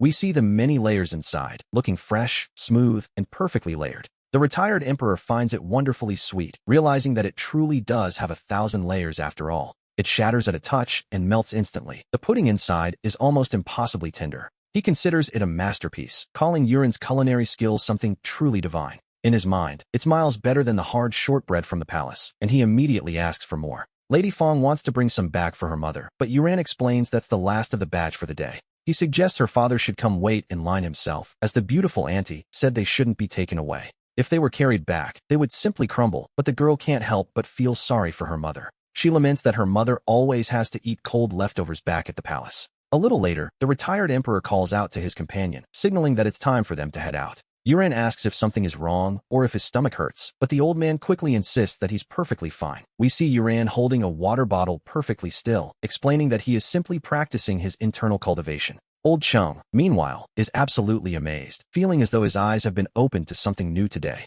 But suddenly, that bulging, heavy feeling in his sleeve pocket completely vanishes. It has turned to mush, shattered into 1,000 pieces, and his heart sinks along with it. He panics, realizing this is Princess Jin Yang, and desperately hopes she isn't hurt after such a clumsy fall. She insists it doesn't hurt, but she's devastated because the big thing has died, or rather, been crushed. He's confused by her talk of eggs, looking around but seeing no sign of any actual poultry nearby. Then, a scent hits him, a milky fragrance more alluring than any spice from the western regions. The Duke of Lu is told that today was a misunderstanding, as the young prince needs to go home and change. He bids the Duke go about his business, wondering privately when the boy started hiding milk on his person. The Emperor asks if they've returned, and the guards report that they have just entered the Qingtian gate. He estimates their arrival, waiting with the kind of patience only a father or a monarch can muster. Seeing the state of them, he asks who dared to bully his fourth child, urging her to tell her father everything. He jokingly offers to take their heads, but she only sobs that she's sorry because everything is gone. All the delicious treats he had brought for Ahui were gone, every single one of them. She claims she isn't hungry, so long as she stops crying over the pastries Yuran said couldn't be carried away. They were so delicate they'd shatter at a touch, but she didn't believe him and hid them in her sleeve as a surprise. Then Uncle Chung gave her a fright. She tripped, and the secret was out, all for the sake of a warm bite for her father. She had protected them like a little thief all the way home, only to cry for the broken pastry, not her scraped knee. He comforts her, saying it doesn't matter if they're broken. The fact that she kept him in her heart is the best gift of all. Li Guogua told her that these treats are only at their absolute best when they are fresh out of the oven.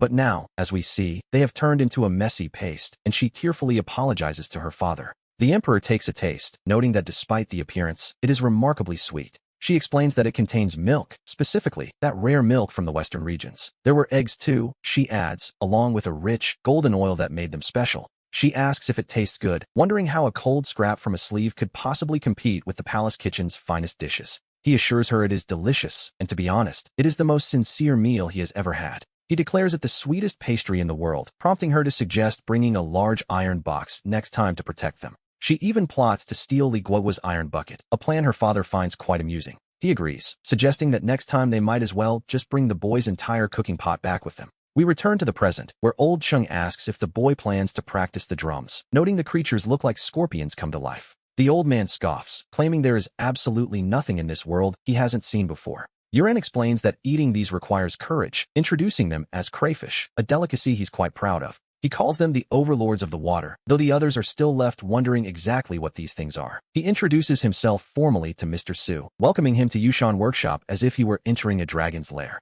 The guests ask if this is truly dinner, noting that the creatures look rather fierce and uninviting. Yuran retorts that their fierceness means the meat is firm, telling them they can leave now if they don't want any. He warns them that once the aroma fills the air, they won't be able to bring themselves to walk away. The princess admits his skills are peerless, but she insists she will absolutely never eat these bugs. She declares she would rather starve or jump from the city walls than touch one, and her companion agrees completely. She insists that just looking at them is enough to give her nightmares. But the aroma is powerful and enticing, and Yuran decides it is finally time to drop the crayfish into the pot. It doesn't smell like traditional wine, but has a toasted grain scent, something he calls beer. He claims this specific brew is the perfect cure for any kind of stubbornness. And with that, the feast officially begins. Now this, we see, is what true satisfaction sounds like. He instructs them to hold the body and get right to the meat. One guest panics, spitting it out and fearing it's rotten, only to realize he just wasn't used to the texture. The princess finds it incredibly spicy, yet she admits to her sister that it is surprisingly delicious. She describes the meat as if it were dancing on her tongue. It is, quite simply, perfection. Old Chung declares that this is exactly the kind of food a real man should be eating. To him, those soft, soggy steamed buns from before don't mean a thing anymore. The others watch in disbelief, wondering if it can truly be that good. They remind themselves, almost desperately, that these are still just bugs. Yuran urges them to try a taste, explaining how the beer cuts right through the richness of the oil. The garlic enhances the freshness, leaving a sweet aftertaste that catches Lady Wong completely by surprise. She tells the others to hurry up and eat, insisting there is real meat hidden inside those shells. It is so spicy that they beg Mr. Li for water, but he tells them that water would only ruin the moment. He insists it must be paired with beer, and Old Chung finds the combination absolutely exhilarating. The Emperor demands 10 pounds of it for tomorrow, eager to bring some back and make his unfilial son jealous. He assures them there is plenty for everyone, though he admits the spice might be a bit much. Suddenly, a cry rings out that there is a fire, and people scramble to bring water as quickly as possible. The urgency in the air is palpable as they rush toward the supposed emergency. The Emperor finds the shells quite hard and asks young Li for a hammer, but Li tells him his teeth are the best tools for the job. Li warns him to be careful not to chip a tooth, just as the fire brigade arrives to save the day. He shouts for them to stop immediately, realizing there isn't actually a fire to put out. The Emperor demands to know who would dare try to ruin his pot of food with all that water. The newcomers are stunned to realize they are looking at the retired emperor and the princess themselves. They are horrified that the royals are eating these creatures, which they consider to be nothing more than ghostly, poisonous insects. They argue that since the emperor rules with benevolence, he, as an elder, should know better than this. They claim he is leading them into absurdity and wonder what will become of the Tang imperial family's dignity, especially with Consort Wei present. The emperor snaps back, asking if she intends to control his midnight snacks too, insisting that she has completely misunderstood the situation. She argues that the heavy spice is clearly just a cover for the rotten smell, and she turns her judgment toward Lady Wang next. She scolds the young lady for following the crowd, but the girl tells Grandpa Wei not to yell at her or brotherly. She insists this dancing meat is delicious, but the old official finds the entire scene utterly ridiculous. He declares that even if the emperor is here, he will risk his life to speak the truth and calls for his men to step forward. The old official orders them to remove these filthy things and throw them away, calling the meal a sign of chaos and moral decay. He vows to report this behavior to the court tomorrow, but the emperor finally tells him to just shut his mouth. He is tired of the endless talk about filth and poison, especially when it comes to these supposed insects. To the emperor, this isn't filth, it is a delicacy that feels like it is dancing right on the tip of his tongue. He notes that the flavor is even more exquisite than the finest venison, a bold claim indeed. He wonders what this strange thing could possibly be, this spicy crawfish that has everyone so distracted. The official admits that while the creature looks hideous, the seasoning is undeniably clever. Still, he argues it lacks decorum, insisting he must personally inspect another one for the sake of the state. The emperor scoffs, asking why he is suddenly stealing food he just threatened to throw away. The official retorts that if such things enter the palace, he must personally verify they aren't poisonous. The emperor mutters about the old man's talent for making blatant theft sound like a noble sacrifice. The flavor is truly overwhelming, and little Wang tells Grandpa Wei to slow down a bit. She complains that he isn't leaving any for her, but he tells the princess not to worry. He claims he is merely criticizing the creature, noting its fierce and ugly appearance. He declares its heart must be wicked, so he will tear it apart and consume it as a form of judgment. He jokes that the creature's firm meat is surely the result of its tyrannical behavior in the wild. Li tells him to stop making excuses and drink something before the spice burns a hole in his stomach. He wouldn't want to be accused of murdering a court official with his cooking, after all. The official tells Li that keeping his culinary talents hidden here is a blessing for the world. He imagines that if Li were the royal chef, the court would be too busy eating to ever get any work done. As they continue their criticism of the meal, the guards ask if they should still put out the fire. The official snaps that there is no fire, only an important investigation into the people's welfare. The emperor spots a particularly large one, but the official quickly tries to claim it first. He blames his poor eyesight for the grab, while the little girl cries out that they are stealing her meat.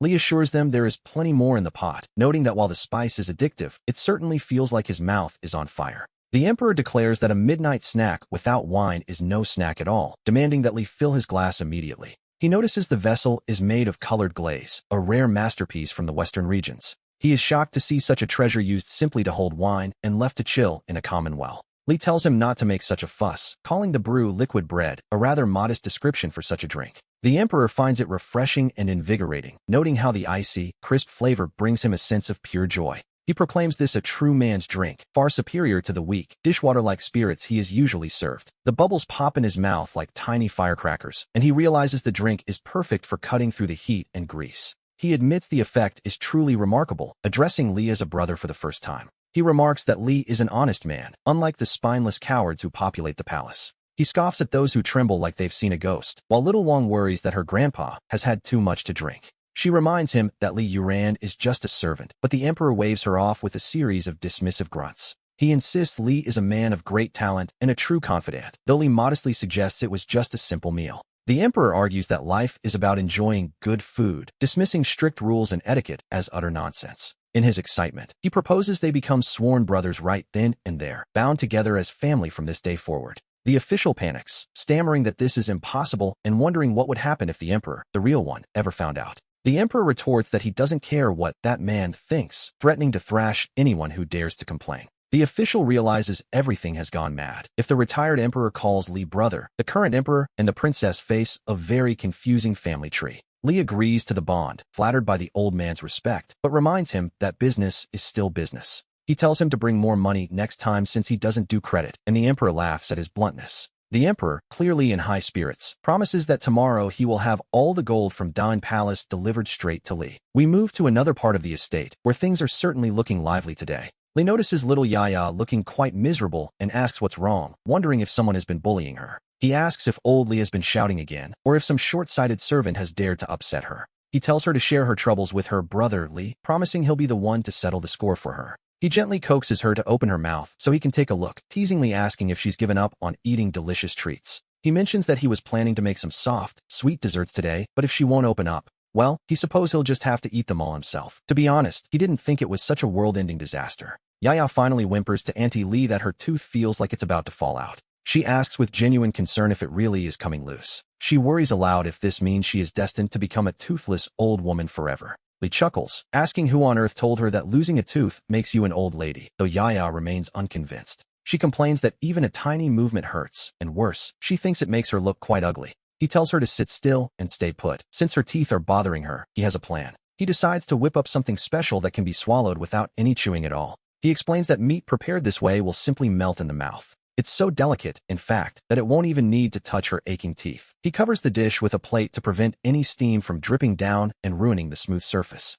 This egg custard needs to come out perfectly level and as smooth as a polished mirror. He tells her she can just swallow it whole, adding that if it still hurts her teeth, he'll happily finish the bowl himself. It is incredibly smooth, like a thick soup, yet enriched with the savory texture of meat and the purity of eggs. The moment it touches the tip of the tongue, it simply melts away, requiring no help from her teeth at all. Lee smiles, asking her if he wasn't telling the truth about how easy it would be to eat. Yaya exclaims that it's delicious and immediately asks Auntie Lee for more of that wonderful egg custard. He tells her to slow down, noting that while her tooth might be loose, her appetite certainly hasn't suffered. The little girl beams, insisting she is so happy because everything Auntie Lee makes is just so tasty. She even jokes that if she could eat this every day, she wouldn't mind if all her teeth fell out. A bold claim, indeed. Lee laughs, telling her she'd be living on nothing but air then, but promises to make sweet and sour ribs once the tooth is gone. He tells her that will be a real treat, and by now, the little one is finally feeling full. Yaya chirps that her tooth doesn't seem to hurt anymore, but Lee warns her to avoid hard foods for a few days.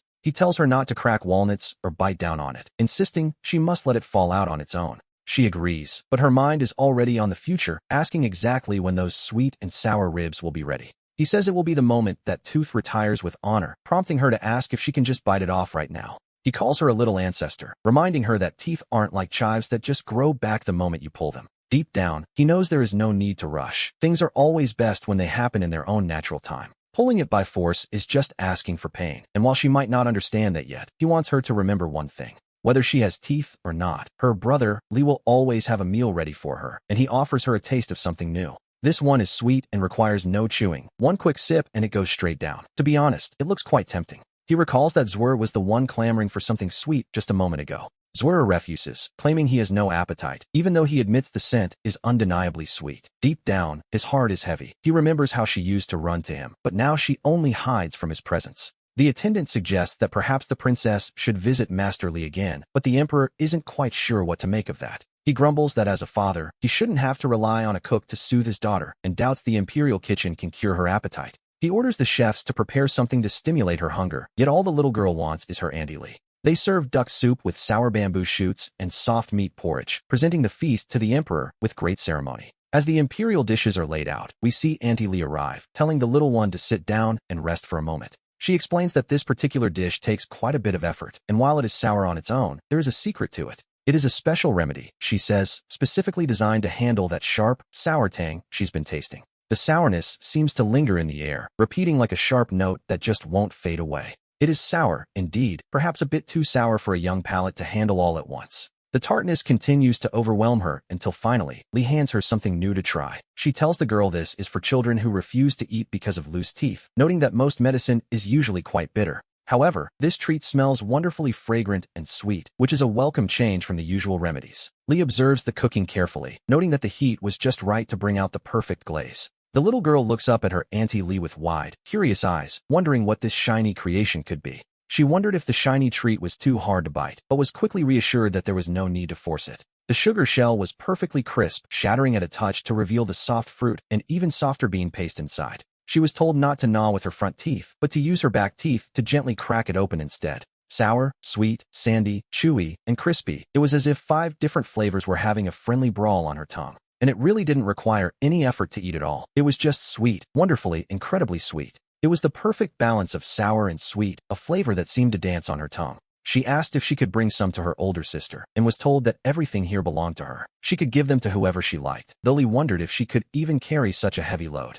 With a bright smile, she waved goodbye to Master Lee, her heart full of joy. She marched off, announcing her delicious candied haws to the world, much to the worry of her attendants. They begged her to put the heavy things down before she hurt herself, but she insisted on giving one to Wang Banban. She urged him to eat, promising that Master Lee's cooking was the best, even for someone with a toothache. She handed one over just as the emperor, irritated by the noise outside, demanded to know what the commotion was about. He grumbled that everyone should be quiet, as he was already in a foul mood. But then, the little princess ran up to him, excitedly telling her grandfather to look at what she had. She told him these red fruits from Master Lee were incredibly sweet and filled with delicious bean paste. The emperor was baffled. She had refused his tribute grapes only to eat wild fruit from a cook and share it with servants. He felt a sting of jealousy, wondering if he ranked lower than the servants in her heart, and refused to take a bite. He wanted to see what kind of spell Li Yuran had cast to fool the princess with such street food. The little girl mentioned there was one more left with Master Li, just as the emperor began scolding Li Yuran. He warned that if her teeth were ruined by the hard candy, he would hold Li responsible, leaving the cook quite confused.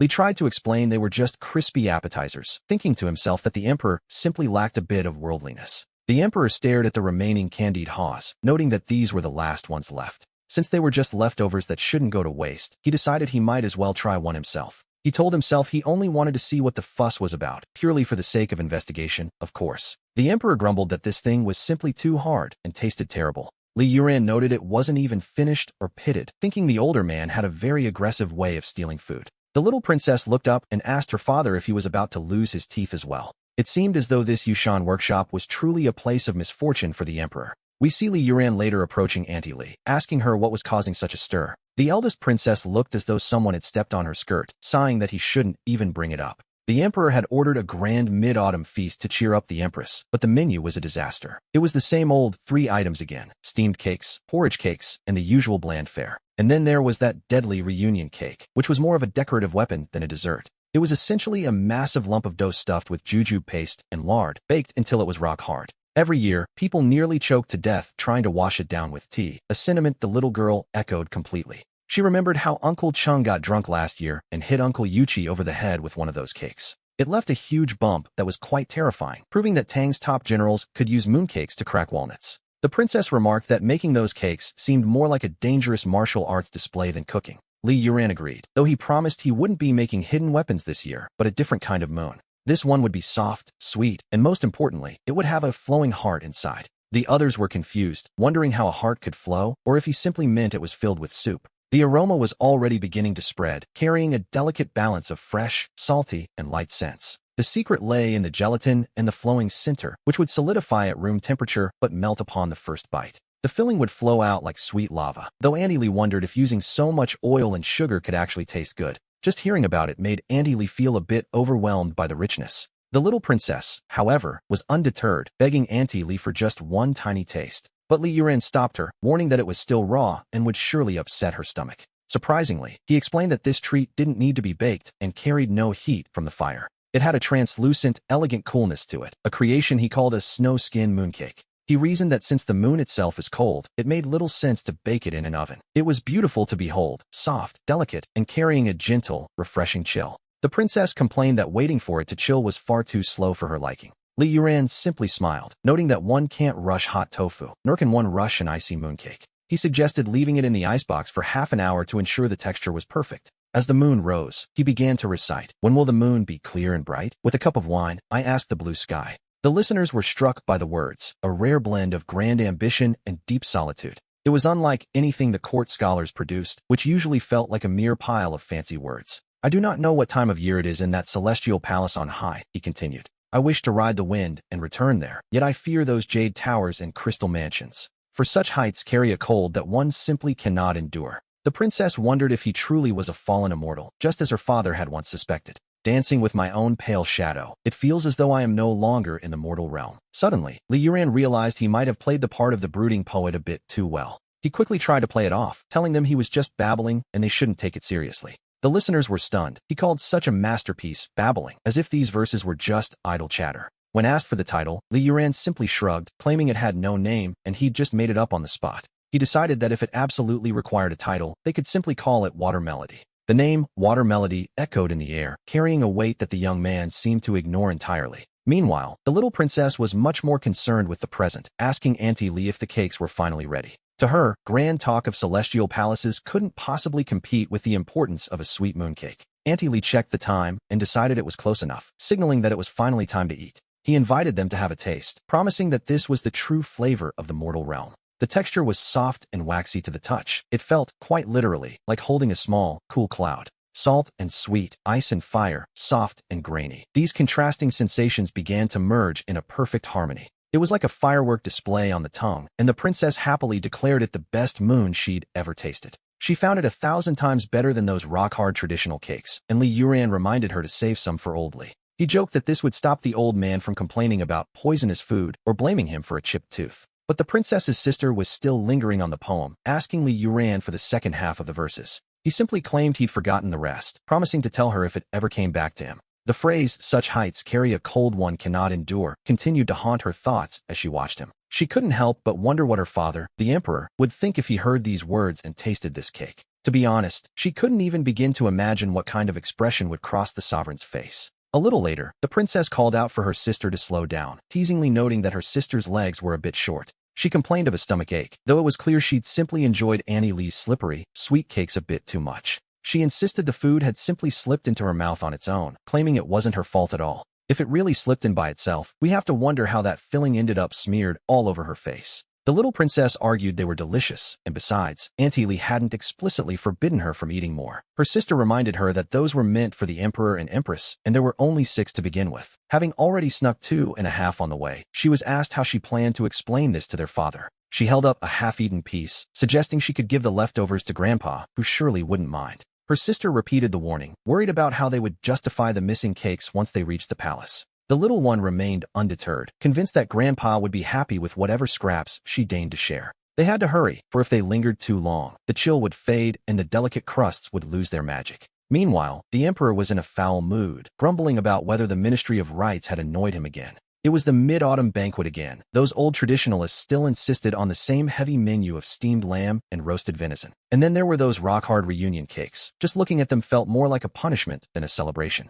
Every year, watching the officials struggle to gnaw on those stone-like treats made his own teeth ache in sympathy. Just then, the sisters burst in, calling out to their father and mother that they had finally returned. The emperor looked at them, wondering where on earth they had been to get their clothes so disheveled. The elder sister announced that Li Yuran had created some brand new, world-class pastries for them to try. She explained they had brought them specifically for their parents, while the emperor wondered what that boy was up to now. He worried that if it was another one of his heavy, spicy dishes, his stomach wouldn't be able to handle it tonight. She assured him it wasn't spicy, but mooncakes, though the emperor doubted such a common item could be improved upon. He assumed it was just more oil and sugar, until he looked down and realized this was no ordinary cake. Li Yuran called these snow-skin mooncakes, explaining they aren't baked but chilled in ice to keep them cool and soft. The emperor noted they were cold and delicate to the touch, even bouncing back slightly, which was, to be honest, quite interesting. He felt a sense of relief, thinking this was finally food fit for a human, with a crust so smooth and refreshing. He marveled at the filling that flowed out like sand, something the elder sister explained was called a molten heart. The emperor joked that this half was even more flavorful, as it came seasoned with his own daughter's saliva. He then grew curious, asking if the boy had said anything specific while he was making these cakes. She hesitated, remembering the poem and its celestial longing. She worried that telling the truth might make her father suspicious. The emperor noticed her silence and asked if the boy had said something forbidden, which she quickly denied. She explained that while looking at the moon, he had simply recited a poem, and the emperor demanded to hear it. He wanted to see what kind of flowery prose a cook could produce, beginning with the line, "When will the moon be clear?" The emperor was struck by the boldness of the words, wondering who would dare to raise a cup and question heaven itself. As she recited the lines about the celestial palaces, the emperor felt as though he were drifting away on the wind. These mooncakes, free from the smell of smoke and fire, truly felt like they belonged to another world, not our own. He repeated the words about the heights being too cold, contemplating the idea of riding the wind back to a distant home. While ordinary men dream of becoming immortals, the emperor began to wonder if Li Yuran was actually a being from the heavens. He wondered how a mere woodcutter could understand the bone-chilling loneliness of the summit, unless he had once stood higher than the emperor. The princess confirmed that she had heard him with her own ears. He had looked at the moon with a gaze that seemed far away. His expression had been full of melancholy, as if he might vanish with the wind at any moment, as if he were homesick. The emperor realized that titles and wealth couldn't bind a celestial being who had only descended to find a bit of earthly warmth. He decided he mustn't push too hard, for he couldn't let the boy leave. After all, where else would he find such a heart? He simply couldn't allow it. The thought of losing such a talent was entirely out of the question. He repeated the thought to himself, convinced that a man of such caliber was far too rare to let go. It was impossible, he decided. There was no way he would let this connection slip through his fingers. After all, where else could he find such an extraordinary cook to serve the crown and create such wonders? The princess asked if he was all right, and he assured her he was fine, noting that these cakes needed a proper name. He decided to call them Guanghan cakes, hoping they might bring a bit of celestial warmth to the mortal world. He issued an imperial decree. The Palace Food Bureau was never to disturb Li Yuran or restrict his ingredients. For tonight's mid-autumn banquet, he ordered the hard stone cakes removed and replaced with these soft Guanghan treats. He didn't want the boy to think the imperial kitchen was lacking, and the servants quickly hurried to obey. The princess watched him, wondering if her father had truly understood the poem or if he was simply overthinking it. To be honest, she remembered Li Yuran's expression as looking more like someone who just wanted to avoid extra work. Little Jeezy then looked up and asked if Auntie Li would still be able to make delicious cakes for them in the future. The emperor assured her that as long as the world held a taste of the life he loved, the boy wouldn't want to leave. He told himself that even if he couldn't eat food from the heavens, he could certainly keep a celestial being here. We then see the children back with Li Yuran, where little Jeezy pointed at a large, fierce-looking creature. She noticed it was blowing bubbles and innocently wondered if the poor thing was just thirsty. She reached out to give it some water, but Li Yuran quickly told her to stay back and not touch it. He warned her that this creature had a nasty temper and came equipped with its own weapons, which was quite true. The others looked at the hard-shelled, ugly thing with disdain, thinking it looked far too difficult and messy to eat. But Li Yuran simply smiled, knowing they just didn't realize that the golden roe inside was a treat fit for the gods. Li Yuran decided it was time to show them exactly what a true crab feast looked like. However, he noted that if they wanted to enjoy such a delicacy, they would have to work for it by shelling the crabs. He asked if they were watching closely, pointing out how the meat was incredibly fresh and sweet. Little Jeezy turned to her sister, asking for help because the shell was simply too hard for her to bite. The others wondered if they were supposed to eat it just like that, unsure of how to even begin. He told them to just watch and learn, as there was a specific art to this process. He spoke of tu huangyu, a dish where, in the local dialect, the word for spit sounds just like poison. It consisted entirely of pure crab roe and fat, without a single shred of crab meat mixed in. And just like that, the preparation was finished. Now, it was time to mix it all together. Little Jeezy giggled, telling Brother Lee that the rice felt wonderfully sticky and rich in her mouth. She exclaimed that her whole mouth was filled with fragrant oil, which tasted even better than meat. It was a moment of pure, extreme luxury, served without a single side dish to distract from the flavor. We can almost feel the grains of crab roe bursting between their teeth with every bite.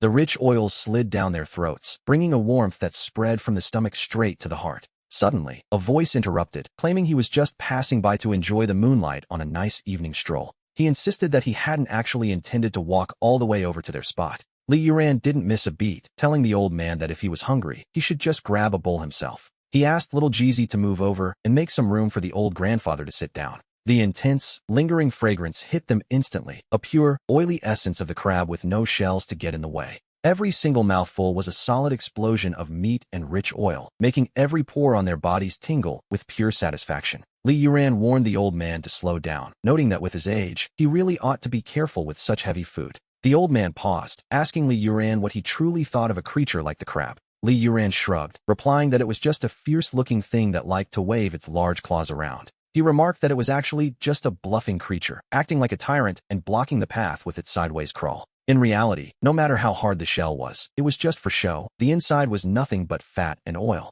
It spends its days lording over the river, thinking it's a master, but once it hits the pot and the fire starts, it turns red instantly and is finished for good. But we have to wonder, was he really just talking about crabs? It seemed he was actually describing the powerful families at court, those great clans who held the country's lifeblood in their grip. The moment anyone moved against them, they raised their claws, even daring to obstruct vital water conservancy projects. The old man then asked how one should handle it if there were too many crabs blocking the river. A simple question, really. Li Yuran replied that since they are full of oil, one should simply squeeze it all out, as reasoning with such things is useless. They don't understand words, so you throw them in the pot, turn up the heat, and let that oil become something to mix with rice. That way, they become a top-tier delicacy that benefits everyone. Just look at how fierce that crab was moments ago. Now, it was serving them quite obediently. The old man realized he was in the presence of a true master of wisdom. Comparing great families to crabs and governance to cooking, he saw that heavy fire was needed to extract their resources. It was a philosophy of taking from the crab to nourish the people. Once they are cooked, they are much easier to handle. Impressed by such talent, the old man declared he would return immediately to start the fire and deal with the largest crabs.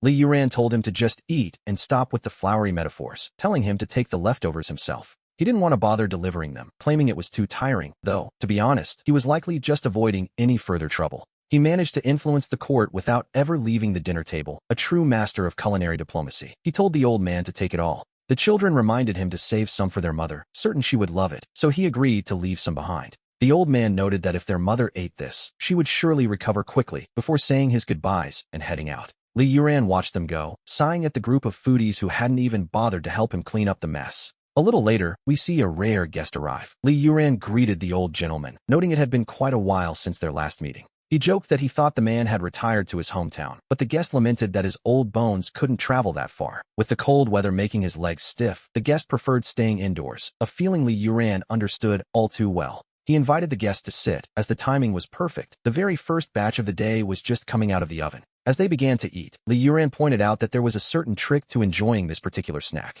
The old man sighed, feeling his age. His hands lacked the strength they once had, making even a simple meal a struggle. He reminisced about the years when he could draw a bow on horseback or wield a heavy blade with ease. Those hands had reviewed imperial decrees and brought order to the world, yet now, things were very different. He felt a bit ridiculous that he couldn't even crack this open with brute force, but Li Yuran assured him it was no big deal. He offered the first piece as a symbolic gesture, encouraging the old man to try again without relying on raw strength. The secret, as it turned out, was all in the technique, using a bit of cleverness rather than just pushing harder. The guest noted the sweetness, and Li Yuran proudly mentioned the added honey, joking that if it wasn't sweet, it was free. Auntie Li joined them, noting how wonderful it smelled, though she warned everyone that the food was still quite hot. One of them couldn't wait and immediately felt the sting of the heat, which, to be honest, was a predictable outcome. The atmosphere was light, filled with the kind of simple joy that only comes from sharing a warm meal with others. Li Yuran began peeling the snacks for the children, ensuring they were cool enough to eat, and they marveled at the sweetness. The warmth of the moment was palpable as he peeled the chestnut with ease, a stark contrast to the fearful servants back at the Dun Palace. He wondered who else would ever look at him with such genuine admiration, or praise him so sincerely just for being amazing. And all of this, believe it or not, was simply because he had managed to peel a single chestnut for them. They immediately asked for more. He chuckled, happily agreeing to keep peeling as the children's excitement grew. The guest noted that while these chestnuts were delicious, they weren't exactly filling. In fact, they seemed to be working as an appetizer, making him even hungrier. Since Li Yuran hadn't eaten yet either, he suggested the old man stay for a proper meal, and the children immediately began chanting for meat. With a smile, he agreed that meat was exactly what the occasion called for. He explained that a proper dish required slow stewing, allowing the sweetness of the chestnuts to seep deep into the chicken. At the same time, the savory juices of the chicken would penetrate the chestnuts, creating a perfect harmony of flavors. Auntie Li hurried to serve the food, while the little ones pointed eagerly toward the largest, most tempting pieces in the pot. The texture was perfect, powdery, soft, and incredibly sweet, just as they had hoped. The meat was so tender it practically fell off the bone, providing a sense of comfort that the old man found deeply satisfying.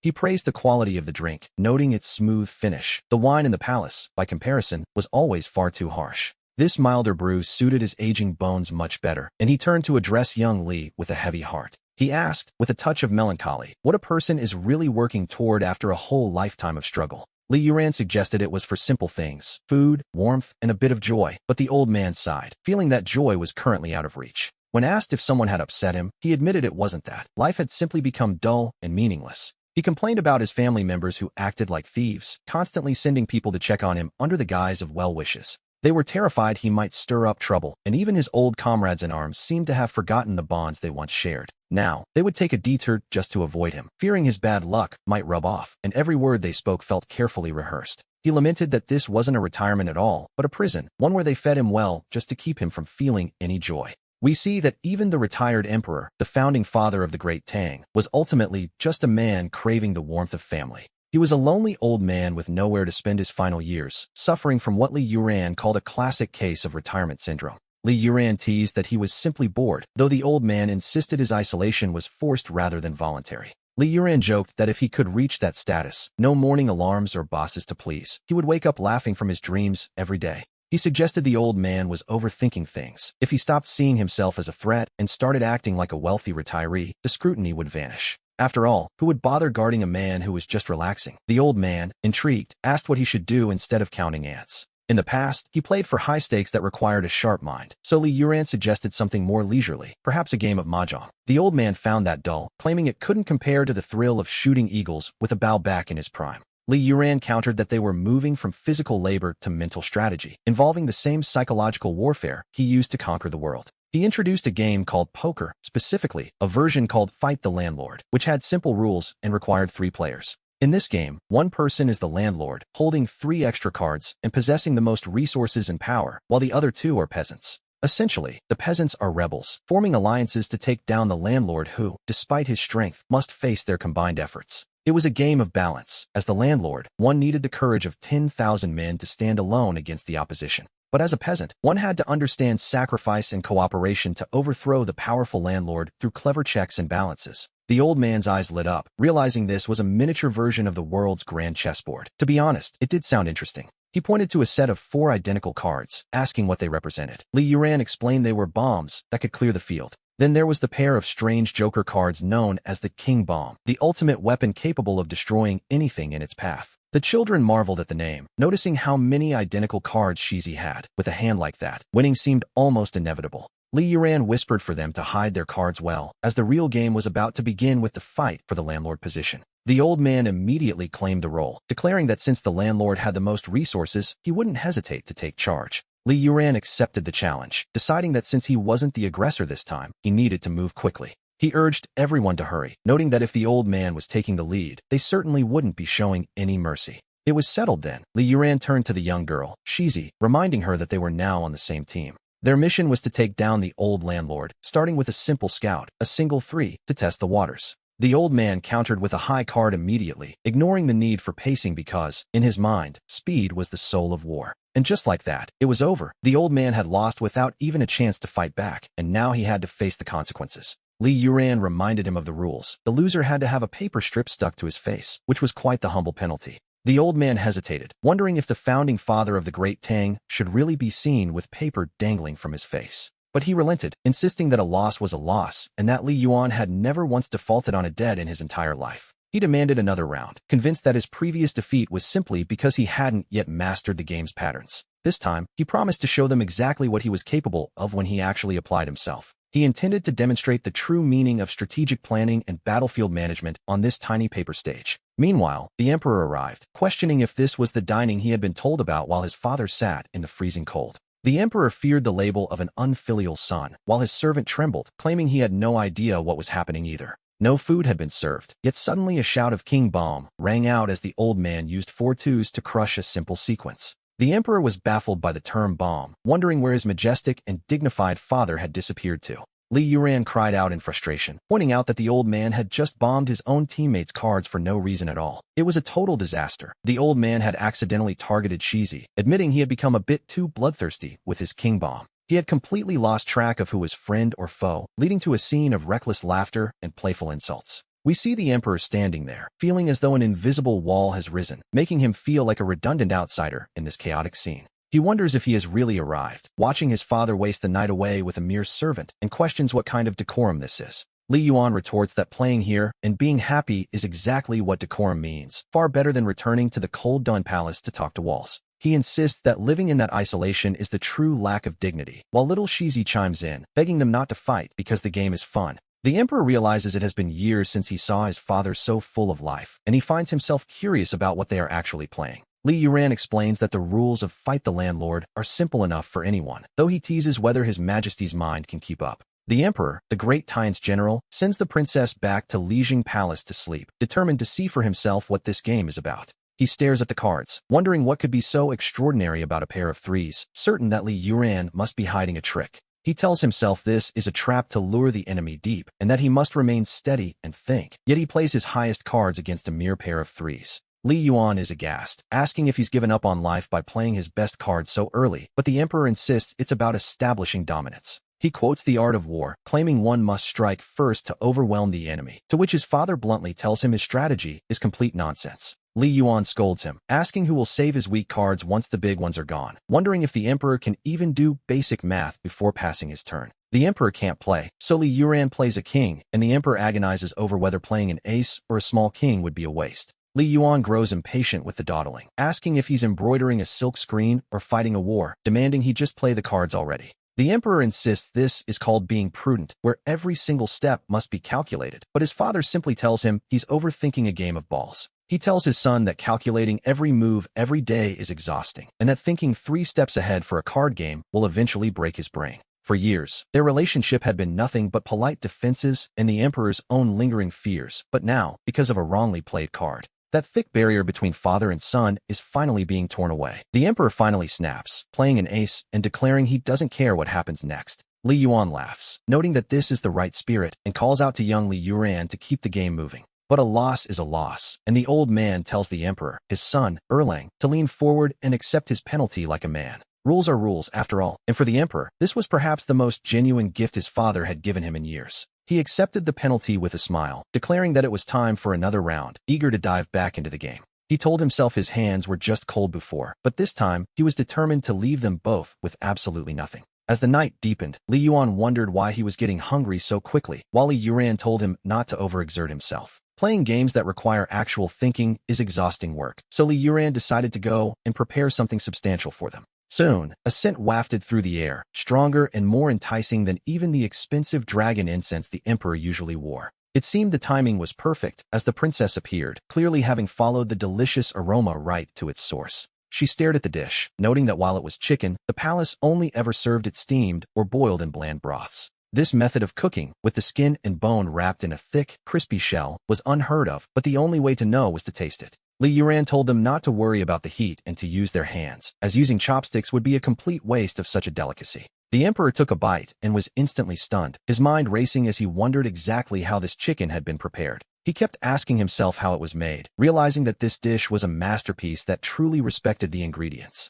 It was a direct assault on the taste buds, the kind of flavor that didn't require a refined palate to appreciate its greatness. It was the ultimate joy, the simple, passionate combination of rich fats and carbohydrates working in perfect harmony. Li Yuan suggested they try dipping it in the sauce, and the result was nothing short of addictive. To be honest, it was perfection. The emperor found it 100 times better than the bland imperial meals he was used to, which usually tasted like nothing at all. The outer shell was incredibly crispy, while the meat inside remained tender, all tied together with a perfect sweet and sour glaze. The princess felt as if the dish had been tailor-made specifically for her, and she couldn't help but marvel at how delicious it was. They decided on one more round of cards, but this time with a new prize. The winner would get to eat an extra piece of chicken. The princess insisted on joining the game too, and in that moment of pure joy, the heavy atmosphere of the palace finally vanished. The emperor sighed, claiming his old bones couldn't keep up, and promptly decided to confiscate the game for the bored dowagers at the palace. He figured teaching them would stop their constant nagging, and Li Yuan simply agreed to write him a manual later on.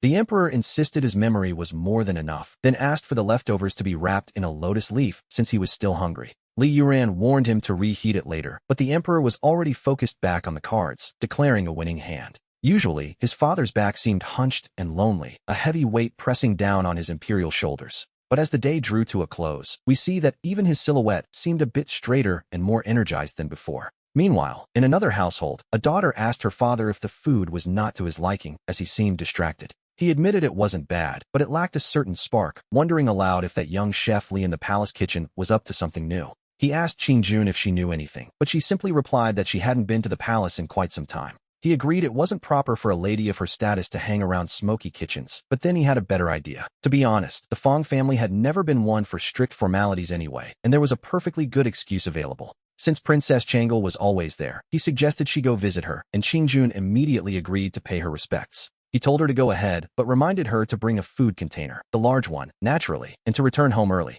When she arrived, Li Yuan greeted her by saying she had come at the perfect time, as he desperately needed an extra pair of hands. He instructed her to pull the cloth flat and cover the area around the tree roots, telling her to use some real strength. He teased her for being too gentle with the fabric, urging her to pull it tight so the flowers wouldn't fall into the dirt. Since these were meant to be eaten, cleanliness was key, and then he asked her if she knew how to shake a tree properly. The goal was to shake the ripe petals down in a process called harvesting osmanthus, but she seemed a bit hesitant to start. He told her to stand back so she wouldn't get dust in her eyes, realizing that asking a refined lady to shake a tree was a bit much. It would be quite the sight, like a delicate maiden performing manual labor, which would be beautiful, but perhaps a bit of a waste. He noticed a few petals landing on her hair and told her those couldn't be eaten anymore. He warned her not to move, explaining that the pollen would only itch more if she rubbed it, and told her to wipe it carefully. Qing-jun felt a tickle in her nose, struggling to keep her composure as the scent overwhelmed her. She remarked that the smell here was quite strange, feeling as though the fragrance might actually make her faint.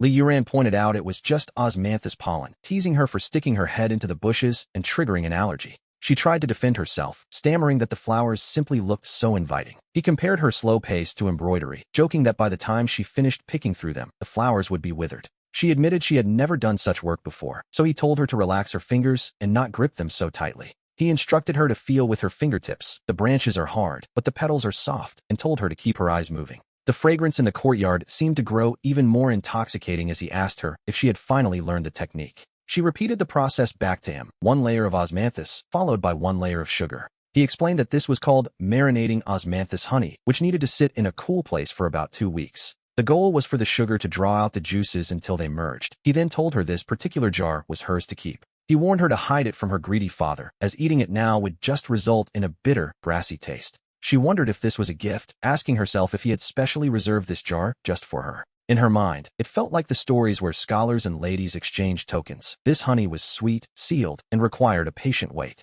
She started to say his name, feeling the weight of the gesture, but he cut her off before she could get sentimental. He declared that this jar officially cleared her debt for the dishes she owed him and paid for her labor today. They were now even. The words debt and even echoed in her mind, shattering the romantic atmosphere she had just imagined. To be honest, she realized this man was nothing more than a completely unromantic block of wood. He asked if she thought it wasn't enough, suggesting that if she swept the floor, he might just give her another jar. She quickly declined, telling him that this single jar was more than enough for her. The little one chimed in, calling out to Auntie Lee that things smelled quite bad at the moment. Li Yuran promised that in just a little while, the aroma would be so delicious they wouldn't want to leave. We see the weather take a turn, as someone complains that this miserable cold is enough to freeze a person through. Old Fong urged Li Yuran to hurry up with something hot, claiming his very teeth were chattering from the chill. Deep down, the old man realized this lad was a hidden gem with immense potential. He told himself he had to find a way to tie the boy to this place permanently, seeing him as a true treasure. He kept repeating the thought to himself, convinced that Li Yuran was a rare find indeed.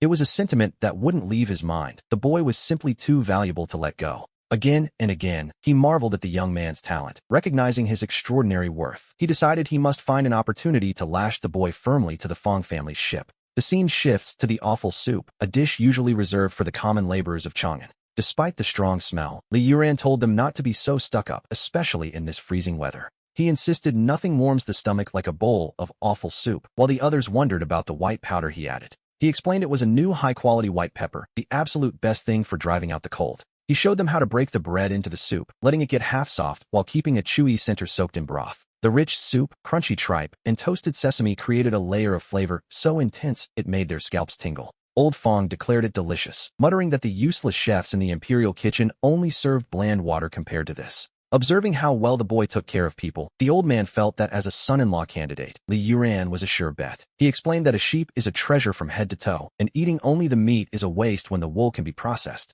One garment made from this wool is as warm as 3 cotton robes, even if it does carry a bit of a lingering scent. Old Fong, intrigued by the idea of such warmth, told Li Yuran to make a couple of pieces for him to see later. But for now, the old man demanded another bowl of soup with extra pepper, calling out to young Li with a newfound warmth. He then casually asked who else was in the boy's family and whether he had already been wed. Li Yuran sensed a trap in this sudden small talk, telling himself he was just a lone soul with no ties. He joked that when he eats his fill, the whole family is satisfied, before turning his attention back to the excellent soup. Old Fong mused that if this common delicacy were promoted, the people would realize that offal is actually quite edible. It would save a massive amount of grain, but he decided to finish eating first, eyeing the remaining bread. He ordered Wang Dequan to come over and wrap up 2 pieces for him, noting how much the boy cared for others. The old man looked at him with the kind of pride one usually reserves for a grandson. We see the children again, as the little one points to a bright red persimmon at the very top of a tree and asks for a ladder. The attendants worried the branches were too thin and that the fruit would simply turn to mush if it fell to the ground.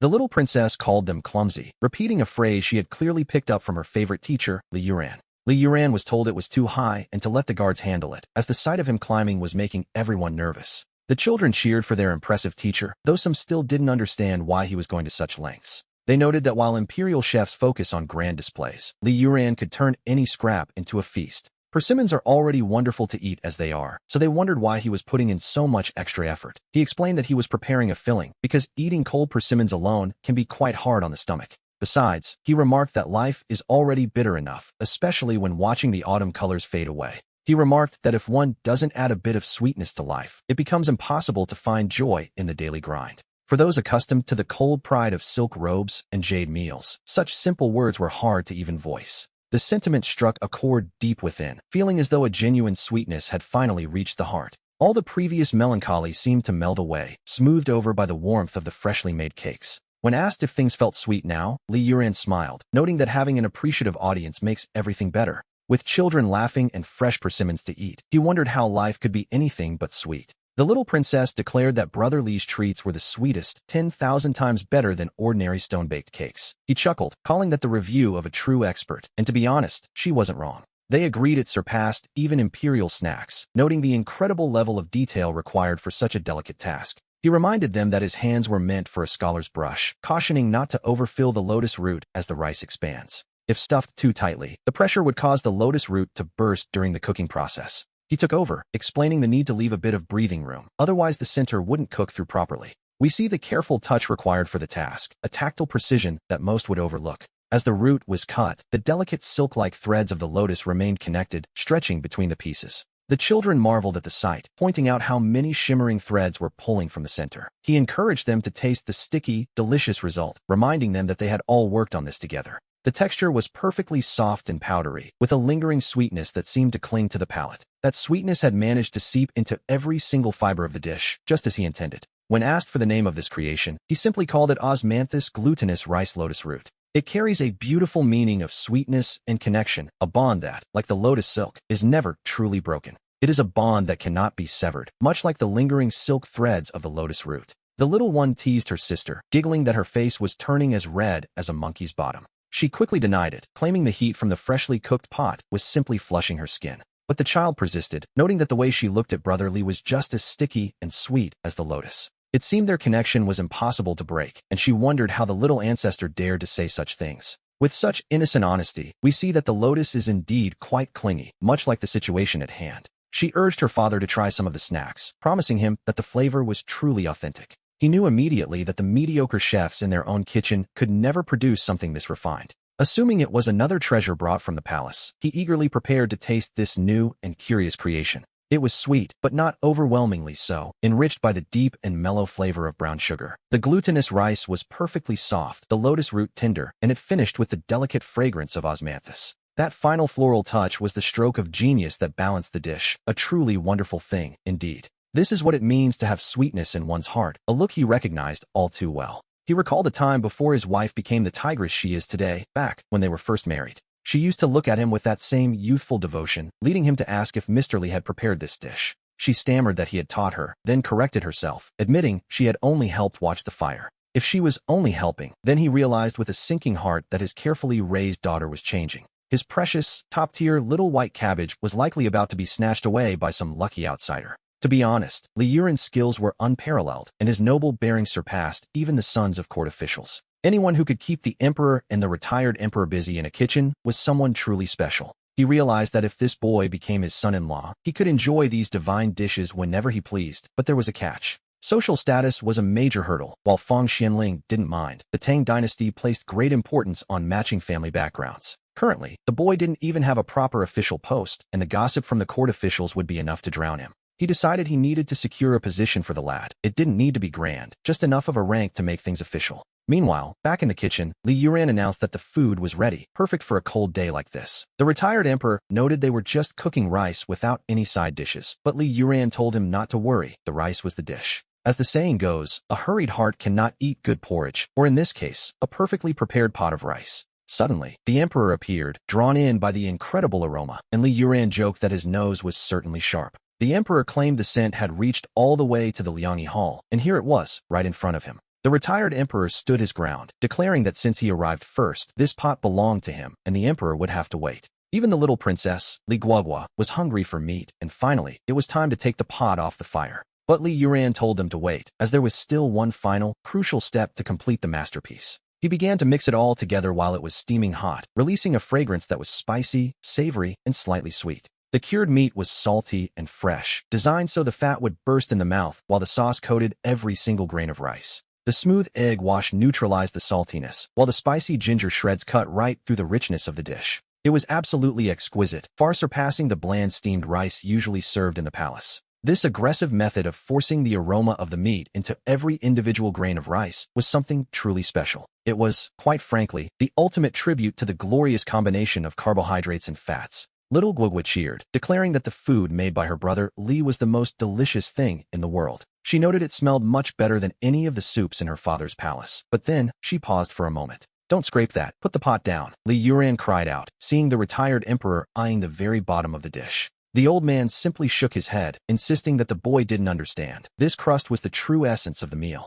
It was still burning hot, and Li Yuran warned him it needed to cool. Once it settled, the rice crust would become even crispier. The emperor marveled at the skill, noting that wasting such a thing would be a sin against heaven itself. He then suggested that since his father was getting older, such hard food might hurt his teeth, so he would kindly eat half to help him out. Nonsense. The retired emperor barked, claiming his teeth were fine and that he needed the crunch after the soft meat, which, naturally, led to a tug of war. The emperor argued that the imperial physicians warned against hard foods for the elderly, but his father knew he was just being greedy for the prize. He reminded his son that the pot belonged to the imperial kitchen, which he controlled, yet neither of them noticed the little princess watching. Li Guagua asked innocently if they were afraid of the hardness, showing off her own new, strong teeth with a grin. She claimed she was only there to test for poison, though we all know she just wanted that crispy essence for herself. Li Yuran finally stepped in, suggesting they share it equally before the little princess finished the entire thing on her own. As they finally tasted it, the consensus was unanimous. It was absolutely exquisite, a masterpiece of texture and flavor. We see that Li Yuran had recently acquired 2 types of sweet potatoes from his system, keeping a few back as seeds for later. As for the rest, he simply couldn't resist the temptation and had buried them all in the embers to roast. Just then, Li Guagua sniffed the air, wondering what that new, heavenly scent was, and Li Yuran welcomed her timing. They were just perfectly cooked, pulled straight from the heat at the exact right moment. He handed one over, telling her to use it to warm her hands, though the heat made her jump slightly as she took it. She giggled, remarking how wonderfully warm it felt, almost like holding a tiny, portable stove in her palms. Li Yuran looked out at the bitter weather. While a snowy year promised a good harvest later, for the people right now, it was a different story. To the poor, this cold was a death sentence, especially with charcoal prices in Chang'an rising by another 30% tonight. Even the choking black charcoal costs 80 coins now, and winter hasn't even truly arrived yet. So, Your Majesty, stop worrying for a moment and eat something warm. The emperor looked at the simple offering, wondering how the common people would ever survive the long months ahead. "It's hot and sweet, sweeter than honey," Li Guagua chirped, urging him to try the soft, delicate flesh of the roasted potato.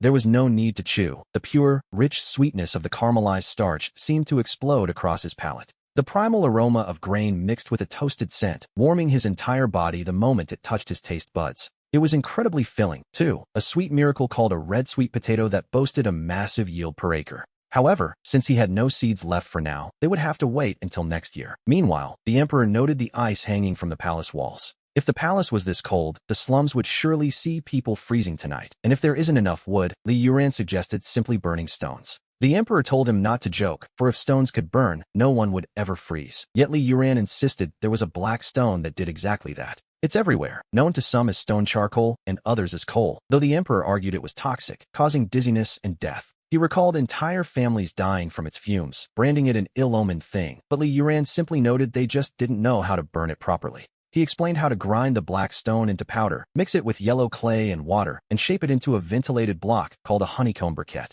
The holes allow the fire to roar and the smoke to pass quickly. When paired with a special stove and a chimney, the toxins are vented safely outside. One single block can burn for 2 hours, providing 3 times the heat of charcoal at only a tenth of the price. The emperor was stunned, asking if adding clay truly removed the poison, while Li Yuran began describing a hollow bed made of brick and tile. By directing the heat to circulate under the bed before exiting, the entire surface stays warm throughout the night. It's called a huakong, a heated brick bed so effective you could bake bread on it, let alone sleep comfortably. If this could actually be implemented, the merit of saving countless lives would be immeasurable. It would be a feat no less significant than Yu the Great taming the floods. Meanwhile, little Li Guagua showed off a drawing she had made. She called it the bed that keeps your bottom toasty, while the emperor's mind remained fixed on Li Yuran's revelation about the coal mines. Li Yuran had only mentioned the coal to keep old Li from looking so miserable, as his gloomy face was starting to ruin the meal. He hadn't expected to trigger such a massive quest, and to be honest, the rewards being offered were almost absurdly generous. As for the mines, they were all around Chang'an. He recalled seeing coal seams on the barren hills to the west while gathering wild vegetables. The emperor declared that if this succeeded, Li Yuran would be the living savior of the Tang dynasty, deserving of a reward far beyond the last one. Li Yuran simply asked for a steady coal supply for his kitchen, promising to write down the designs for the stoves for the Ministry of Works. He had no intention of getting his own hands dirty, so the emperor agreed to handle the officials and hurried back to the palace. He ordered the work to begin overnight, asking to keep the sweet potatoes while telling Princess Shur and Anian it was time to return. But the children resisted, complaining that Uncle Li's place was warm while the palace was nothing but a collection of freezing, icy blankets. They insisted on sleeping on the toasty bottom bed, leaving the emperor to realize his grand palace was being outshone by a drafty wooden shack. Determined to fix this, he vowed to build the heated beds immediately, telling the children to stay put for just a little longer. He promised Li Guogua that once the beds were ready, she could sleep in warmth every single day before he rushed off into the night. Watching him go, Li Guogua whispered that her father looked like a bit of a fool, but Li Yuran knew better. He explained that the emperor wasn't foolish, he was simply terrified of them being cold, and then he turned his attention back to the fire. With coal and stoves finally on the horizon, he realized the winter menu for the Tang dynasty was about to get much more interesting. It was time to introduce some new culinary delights to help them endure the biting frost. We can almost taste it already, copperpot mutton hot pot, or perhaps a quiet afternoon spent brewing tea around a glowing hearth. When little Shi'er saw what he was making next and asked to play with it, Li Yuran gently corrected her. This wasn't a toy, he explained. He was actually crafting a set of clothes specifically designed for her ears. The winter solstice was approaching with a brutal chill, and for the beggars outside who had no proper clothing to protect them, the cold was so fierce that their ears could freeze solid and snap right off with a single gust of wind. He warned her that if they fell to the ground, they would be impossible to pick up or fix. And if that happened, she wouldn't be able to hear her father calling for her anymore. Little Shi'er immediately insisted on making a giant pair to keep her father's ears safely attached to. Inside the shack, the air was wonderfully warm as they began preparing the dumpling skins. The emperor joked that this place was a sanctuary and claimed he was actually quite an expert at wrapping dumplings. He recalled his days on the battlefield when the cooks were overwhelmed and he had to step in himself. Li Yuran, unimpressed by the royal boasting, simply told him to go wash his hands first. He pointed out that the emperor was rolling the dough far too small for a proper dumpling. He teased the ruler, asking if he was making weapons or snacks, reminding him it was the winter solstice. He warned Erlang that if his dumplings broke in the boiling water, he would have to eat the mess himself. The emperor told him not to ruin his meal, insisting his own dumplings were thin-skinned and full of filling. He was quite confident, to be honest, that his culinary creations wouldn't fall apart in the pot. Soon they were eating, and the children cheered that the dumplings were so hot and delicious their ears were now safely stuck on. The emperor was genuinely stunned by the flavor, marveling at how such simple food could taste so divine. With every single bite, a rich and savory aroma filled their senses. To turn ordinary ingredients into such a delicacy was, in his eyes, nothing short of a divine skill. When the emperor found a coin in his dumpling, he declared it a sign of his heavenly destiny and unmatched luck.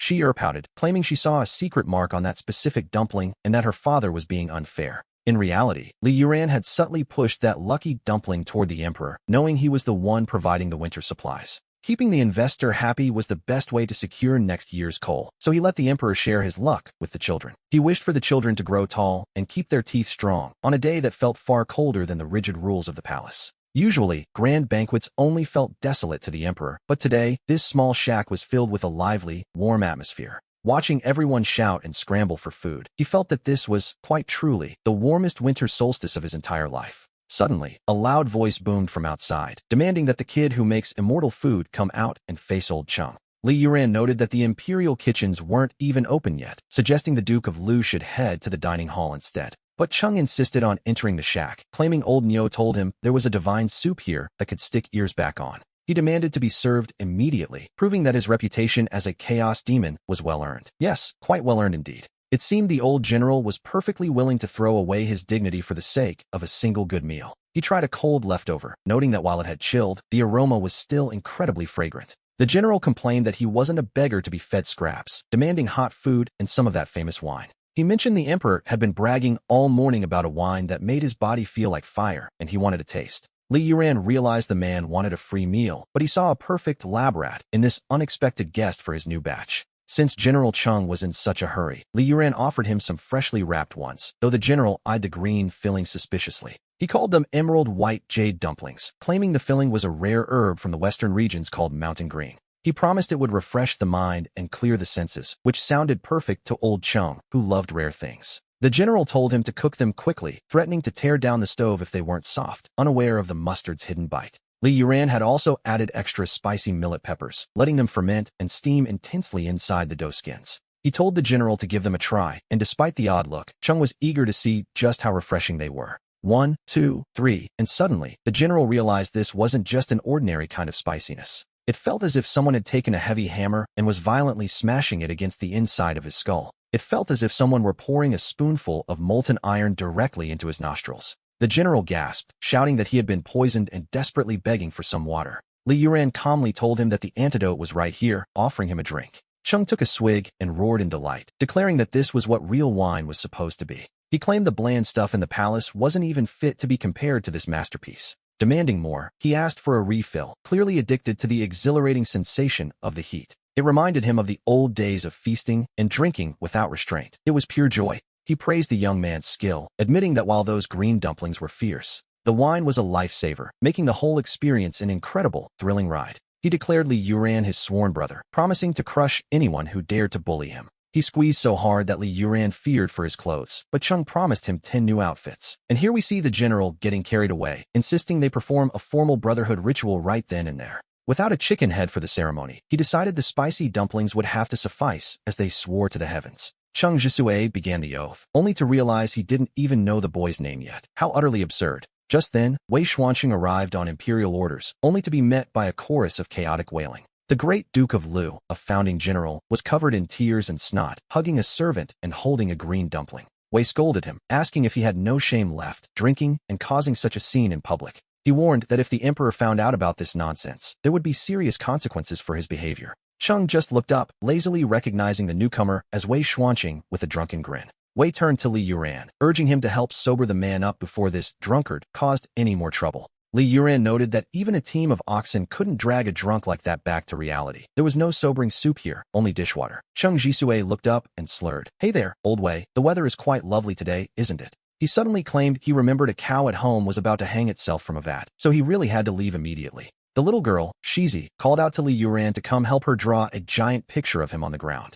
He wondered why she'd draw him when drawing a god of wealth scattering gold would be much more practical, though gold is hard to sketch. She decided that instead of gold, they should scatter lots and lots of big drumsticks in the drawing. Suddenly, she pointed and shouted for Li Yuran to look, claiming there was a thief trying to steal their meat. To his surprise, the thief was actually the crown prince, and Li Yuran greeted him with a casual, big brother, before correcting himself. He noted that classes at the Chongwen Academy hadn't ended yet, and if Lord Wei saw the prince sneaking around like this, he would likely bang his head against the palace pillars in frustration during tomorrow's morning court session. Treating the heir to the throne like a younger sibling, Li Yuran remarked that the prince was lucky to have gotten lost right into the kitchen. He invited him to sit, knowing one can't run far from class on an empty stomach, and began preparing some scalded dough. The prince sighed, explaining that since the empress recovered, his father the emperor had become increasingly strict about his studies. He felt suffocated by the great scholars who spent every waking hour whispering theories of statecraft and national security into his ears. Li Yuran told him to wait just a moment, while the prince recalled his father's warning that a future ruler must not crave fine food.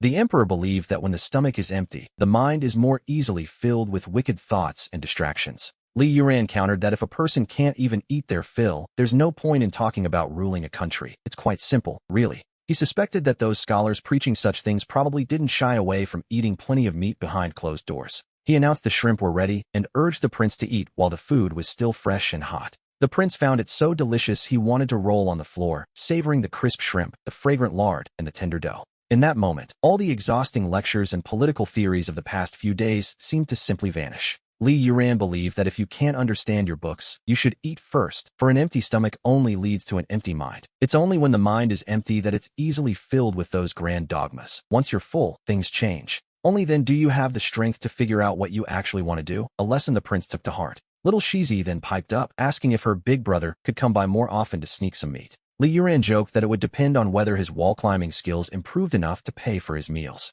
Shizi wondered aloud if the prince was about to lose his baby teeth by next year. She noted he ate his dumplings so slowly, but Li Yuran clarified it wasn't a loose tooth. He was just stuffed. He was completely blocked up, which led Shizi to start pouting for a little treat of her own. But there was no chance of that. Her teeth were already full of holes, and more sugar would lead her grandfather to tear the kitchen apart. After the last candied Hawthorne nearly broke his teeth, no sugar was allowed in the shop, yet she still begged for just a lick. She pleaded for just one tiny taste, and Li Yuran finally relented. She could look, or perhaps lick, but absolutely no chewing. To her, even just looking was sweet enough, and she happily agreed to the deal. Yes, in her world, even the sight of a treat carried its own kind of sweetness. She had to endure the temptation, which, as we know, is much easier said than done. The dish was a magnificent dragon-shaped shrimp, a level of craftsmanship even the imperial chefs would struggle to match. Just then, a visitor arrived, explaining his father loved the previous dumplings and sent some homemade snacks as a return gift. Li Yuran invited him to sit and join the children in their game, as eating alone is never quite as fun.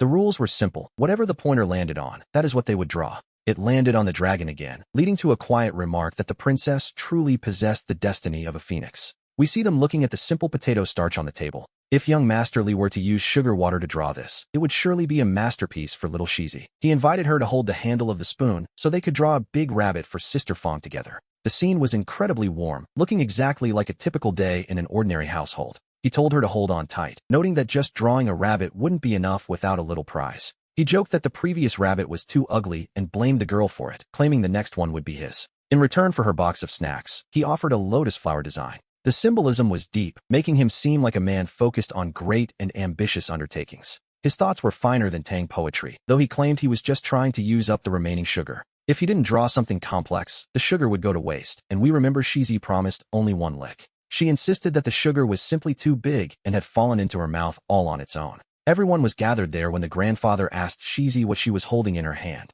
It was a dragon, and she excitedly showed her grandfather the majestic creature Brotherly had drawn. The old man grumbled that it wasn't majestic at all since the head was missing, asking where it had gone. Shizi innocently replied that the grandfather's head was sweet and crunchy. It turned out that Shizi had already eaten it, much to the old man's chagrin. Looking at his granddaughter, he wanted to be angry but couldn't bring himself to do it, turning instead to Li Yuran. He criticized the drawing, telling him to make it sturdier next time, while Li Yuran humbly promised to use more sugar. He joked that he'd make the dragon's neck harder than a city wall so no one could bite the grandfather's head off again. The emperor then decided he wanted to draw one too, a massive, man-eating beast of his own. The emperor's fury was palpable as he roared about his rebellious son, who had dared to skip his lessons 4 times already. His attendants begged him to calm down, suggesting the crown prince might have a reason, but the emperor knew better than to believe that. He ordered them to find the boy immediately, certain that his son couldn't have simply vanished into thin air. Meanwhile, we see a pufferfish, a creature so incredibly toxic that eating it usually means certain death, even for the powerful.